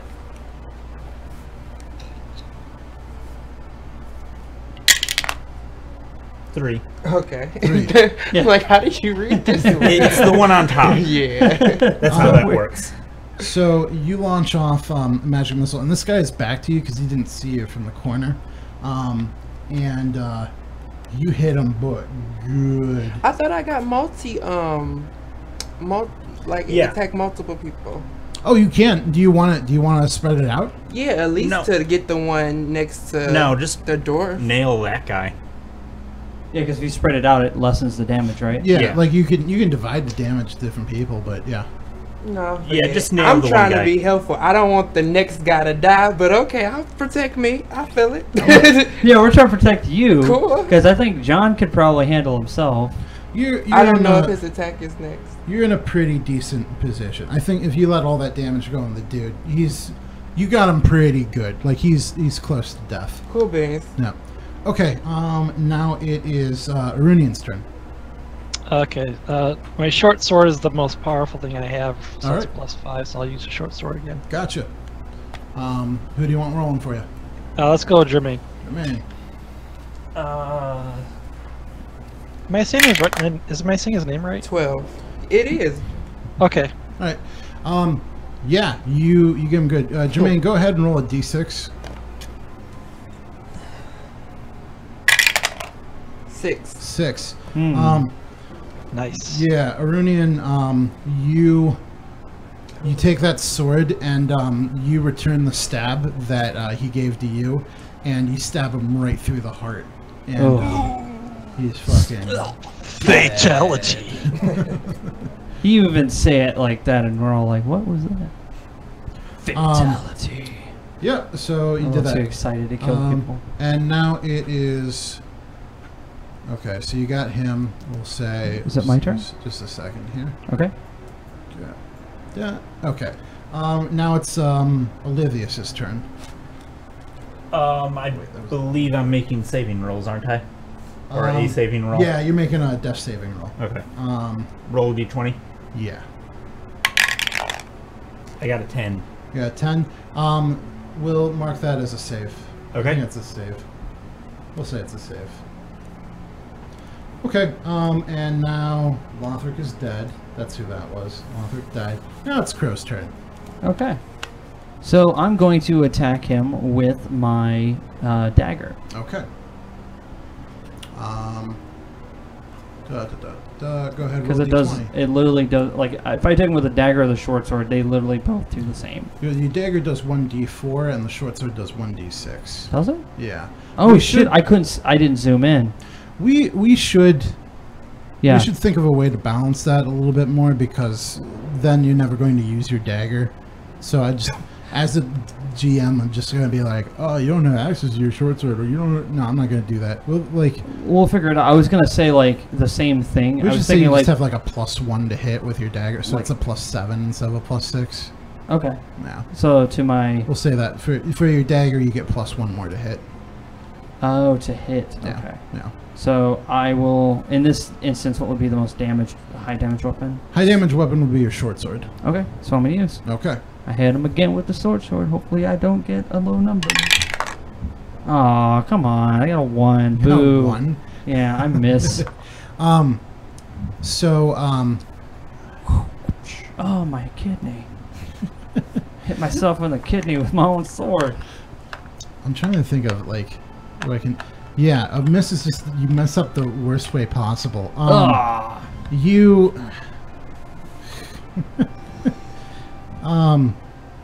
Yeah, you go to hit him and you just he gets in front of you. He's just walking forward too fast. Well, actually, you already hit him once. He's turning around and he turns as you go to stab them, and he turns out of the way, and you think it's more of a like in your head as he's as like slow motion, you're seeing him move at this dodge, and you're just like, bullshit, that's so lucky. I can't forget this happened. No. He moves out of the way, and then he looks over at me like this, and I'm just like, and he's just like shrugs. He's Big gonna trouble, make little a, China. He's gonna make a multi-attack on you. That's my favorite part. Just throws the knife, misses completely. And he's like,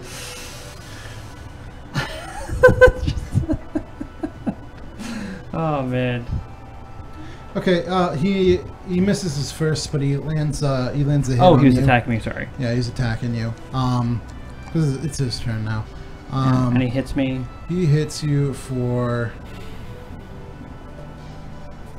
4 damage. That's 4 damage on you. 4 damage on my what? On my. On your HP. I have 11 health points, so Okay, so you're at 7. yeah. Okay, and now it is back to Mass. Oh, okay.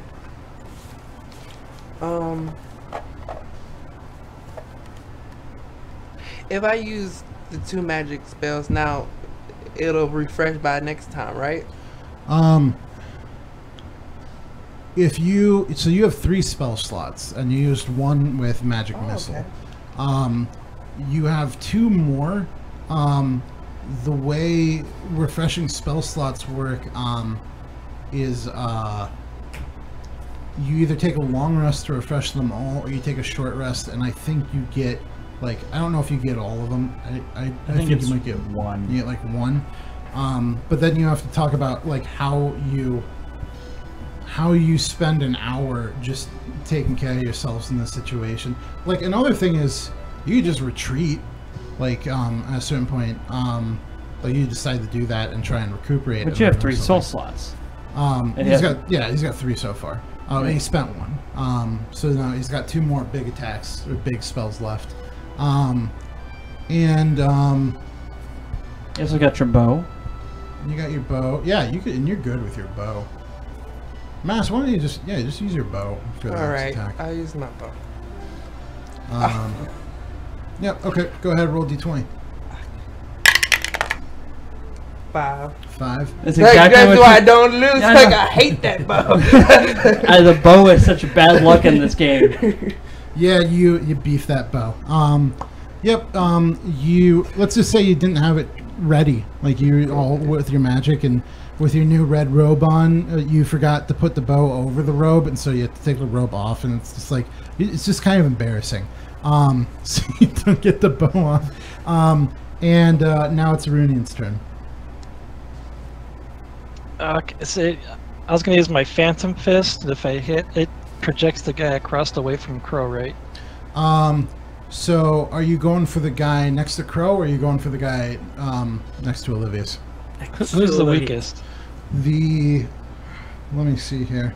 Is Olivia's weaker than Crow? Olivia's is Well, is I'm kind of dead at the moment. death but that's saving beside the throws. point. Oh, so I don't have to worry about you then. Well, but you do Yeah. have to worry about Mass, who's Yeah, and I'm, fighting the guy who And I'm knocked I'm at me full out. power though. if I don't throw another Okay. one, John, I'm fine. So they're both looking pretty. They're both looking pretty bad. Yeah, so I would just say you go for the one next to. Okay, do I have to roll to get close? No, you just move there. Okay, well, I'll use my short sword again. Okay. Who you want rolling for you? Hit Jermaine up again. He did a great job last time. Oh, now the pressure's on. I know, right? What It was a Jinxed 3. The 3. Oh, Yeah, you Can't talk him up. Now you just jinxed it. your shorty, your stubby little dwarf legs trip over the dead body what are you calling Stubby? as you try to run, and you trip a little bit, and then you miss your attack on the red brand. I blame the robe. Olivius, go ahead and make another death saving throw. 19. 19. Okay. It's So no that's save. 2 out of 3. Yep. And now it is that one got the 10, which was the sneak attack, right? Yes. Now the red band ruffian is gonna make another multi-attack on you, Crow. Oh, I don't get to attack. It's not your turn yet. Oh, okay. You go after him. He already hit me. Well, he's hitting you again. Okay. Yeah, so he makes. Whoa. Okay. He misses once, but he gets a good hit on you. It is 5 damage. 5. So I got 2 health left. Yep. It's when the beeping noise. Beep beep, beep beep, beep beep, beep beep. Yep. Yeah. Crow, now it's your turn. You shouldn't make it to next round though. All right. Hopefully. 5. 5. I have an attack bonus though. Yeah. I'm pretty good. What was the? I think The 6. attack bonus is 6. Yeah. 6 on everything. Yeah. His AC is still Too high. 14, I think. Oh. Um, Guess I'll die. Yeah, he's got an armor class of 14. Okay, and now it's R2's turn. So he's going to turn to Jesus. R2. He's going to turn around to the guy who just tried to attack him, and he's going to make a multi-attack on the dwarf. No! 2. Alright. It's 13 hit your AC. It's got the Runian. Yeah, no, so he's going to get a good attack on you, but he misses the first one, and he gets you for 6 damage. How much health do I have after that? How much health did you have? You were 14, right? And then I remember doing some math on you. You had 16. What did I take away 16? I think you were at 10. Okay, how can I see where my health is? Oh, I haven't been recording it. Oh, okay. I'm keeping track of it. I'm just oh, there it Okay. is. Yeah, you were at 10. So now you are at 4. Okay. Yeah. And Mass, it's back to you. Magic missile. 2 to the guy closest to me, 1 to the guy by Crow. Okay. Yeah. All right. It is you launch it off. Go ahead, roll a d4. 2. 2. That's 1, that's 3. So 2 to the guy closest to you? Yeah. Okay. You blast him, and I'm trying to think of what realistically happens when people get hit by a magic missile. Magic missile hits him in the side of the head and burns away. Like big burn marks appear where it hits, and he falls down onto the ground dead. Another magic missile, the last of the 3 that burst off, comes through, shoots through the door, and streaks on. I don't think it should bend like that, but we'll call it the magic missile. Because it's magic. I mean, what use is a magic missile if it can't go around corners? And it hits Seeking magic missile. that Mr. right square in the chest. He is still alive, but he is close to death. And now it is Arunian's turn. Save me, Arunian. You're my only hope. Yeah, because I'm gonna die if somebody doesn't come save me. Because he gets he gets to attack me right after you. And I'm not gonna be able to survive. I have 2 health Let's left. see, I got 3 weapons at my disposal. I got the short sword, the short bow, and the phantom fist. So you just want to run up to him and attack him? Yeah, because our luck with the bows aren't that great, so I'll go back with a short sword. Okay. Roll for your own life, Crow. And I'll have Nick roll for me. Okay. 15. 15. Yeah, they'll do it. That is a... Where is it? Arunian, you do... roll a d6 for him, will you? 6. All right. Shit. Arunian, you're just still kind of fuming from not being able to kill the wizard and tripping around and like, you're angry in your own body because you shouldn't be a dwarf. But you take that fury and you channel it and you run down this guy who's about to kill Crow, and you jump, and I don't know how you get that much air as a dwarf, but then you plunge your sword straight through that guy's skull, and then you land on his back on the ground, and luckily it doesn't fall on Crow, but Crow just sees you, and then you just kind of sitting like splay-legged on top of this guy's back after you killed him, and that's how the engagement ends. Yes. Well, I just see him do that, and I'm just like, ah! That was a good move. Sorry. I can tell exactly how I get that much air. I got yay old Jordans. He pumped up his medieval sneakers before. The pumping I thing. was always impressed. What's that? In Lord of the Rings, when that elf used to jump, I was always super impressed. Like, what is this guy? And so that was the encounter with 4 of those guys. That was the encounter with the Red Brands. Let's say, since it's about 11:30 now, we can just call it here. We'll call it here, yeah. But before we do, what do you want to do about Olivius? Now that the encounter's over, you can go over to him, dress his wounds, and stabilize him. He is passed out or just incoherent. He's got no hit points, and I don't think anybody's got any. Actually, I got those 2 nice health potions I got from the cave. That's right. And they were really nice health potions too. Let me see, what was... I remember. I've been holding on to them. Emphasizing really nice. I remembered because he described it. It's like, oh, these were nice. Yeah. So current standings are Crow, you got 2 health points left. Mm-hmm. Olivius has none. Arunian is at 4. Yeah, and I don't think Mass has been hit yet. I mean, I almost died, and we did pray to the luck gods before we left. Yeah, a lot of help. That It had to work on one Actually, no, the person. luck god really did help with me stumbling in the room, and I'm just like, Time to play some dice. Because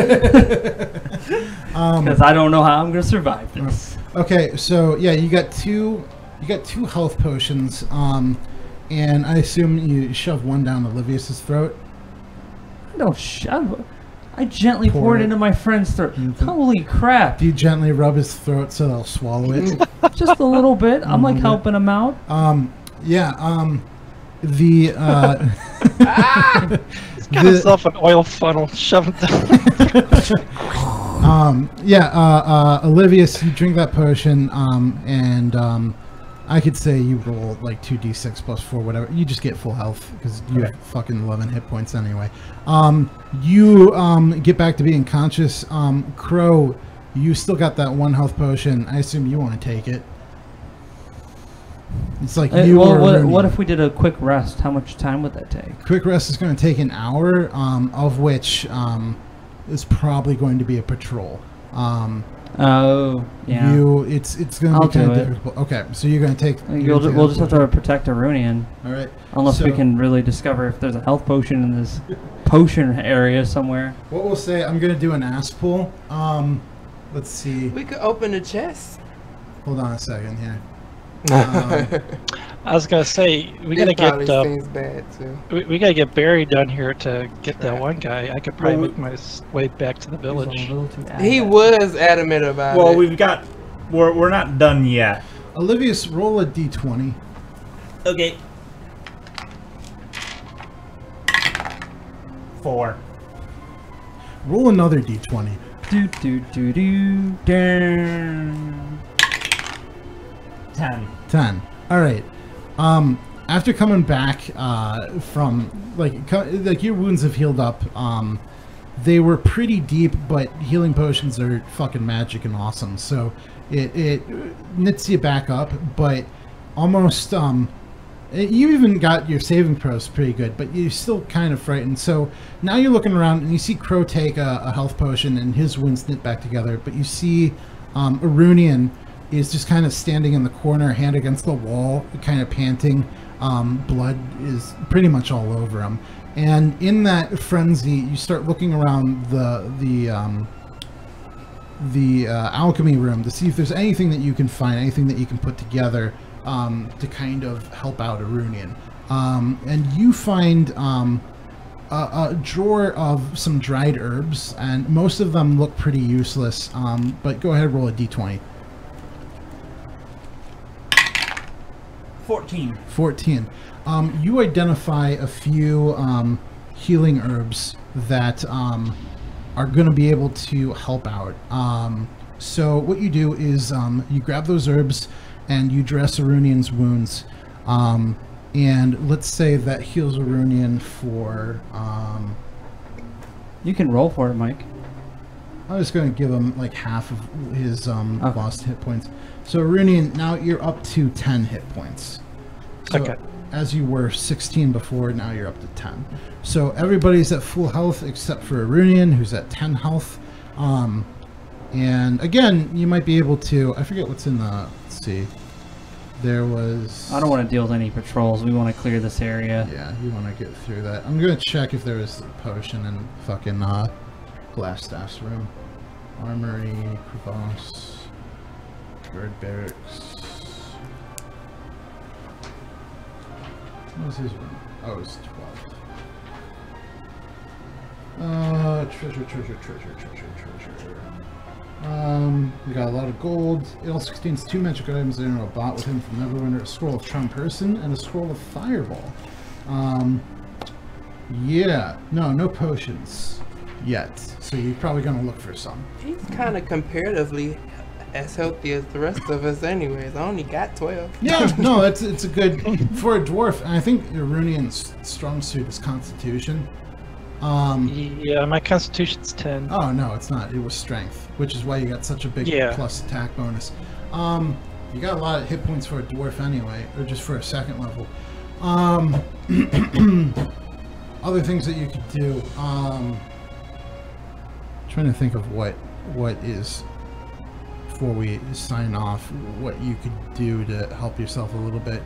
Yeah, keep your eyes out for potions. You got those herbs. You're stable. You're pretty good. Mass has one spell slot left. And we'll say retroactively you went back to the thing. And I forget how. I don't think you can just spend hit dice. Like, that's a mechanic. You have to spend those during a short rest. I'll just have to be in the background. Yeah, you'll have to figure it out. Okay. You also have a bow, John. So. Yeah, you distance Yeah, yourselves. I can keep my. You guys can be in the foreground. I'll be in the background of the bow. All right. I'm not gonna be fucking facing anybody. That thing almost killed me. Yep. All right. So that's where you are. You you subdued Glassstaff the wizard. You found a fair bit of treasure, although you haven't moved it yet, and you killed 4 Redbrand ruffians for the pile. Olivius almost died, but you got everybody mostly stable. And then so you're. I played one. And you know what? At the end of the day, I may have lost a lot of dice games today, but I think I actually have won. You do, like, collectively, you got all the money on that table, so. Yeah, just remember, Crow. Number 3 in our programs, number 1 in our hearts. All right. Well, that is the end of tonight. Thank you guys so much for joining us again. Yep. It's always wonderful having you. Thank you, John, for hanging out with us. And anybody else who's been watching in silence, appreciate you guys. Michael, thank you for running this campaign. This has been our 7th session we've ever done D&D. Bravo! So, Proud of you. yeah, I know. So next time we'll come back. We'll go through the dungeon and clear the whole place out, and hopefully, Not die. yeah, hopefully not get killed. You got a ways to go still, but I'm happy with what you've done so far. I want to see more. All right. Well, that's it for tonight. I don't know if I'll be streaming tomorrow or Sunday, but if I do, feel free to stop by, check us out. Other than that, we stream every Monday, Wednesday, Friday. Friday being our D&D, and Monday, Wednesday being, Mondays are Dark Souls, and Wednesday it's been wrestling, but we'll just do whatever. Yep. But outside of that, thanks a lot, guys, for hanging out with us. And anybody else have anything you want to say? You all good? I usually just... Adventure Game Thursday? Huh? Oh yeah, an Adventure Game Thursday. We can continue with Tex Murphy, where Nick will actually play the game while I be his. I forget the name of it. I'll explain. Insight. His insight. Instinct. His guide. His instinct. I'll do what Mike does and just be like, you get the sense that maybe you should fill your ring up with water, and you don't know why. I'll do that. Anyway. Thanks a lot, guys, for joining us, and we'll see you again on the next Courtesy Flush. If you can just go ahead and get us ready for standby. And we throw up the peace sign and standby. Thank you.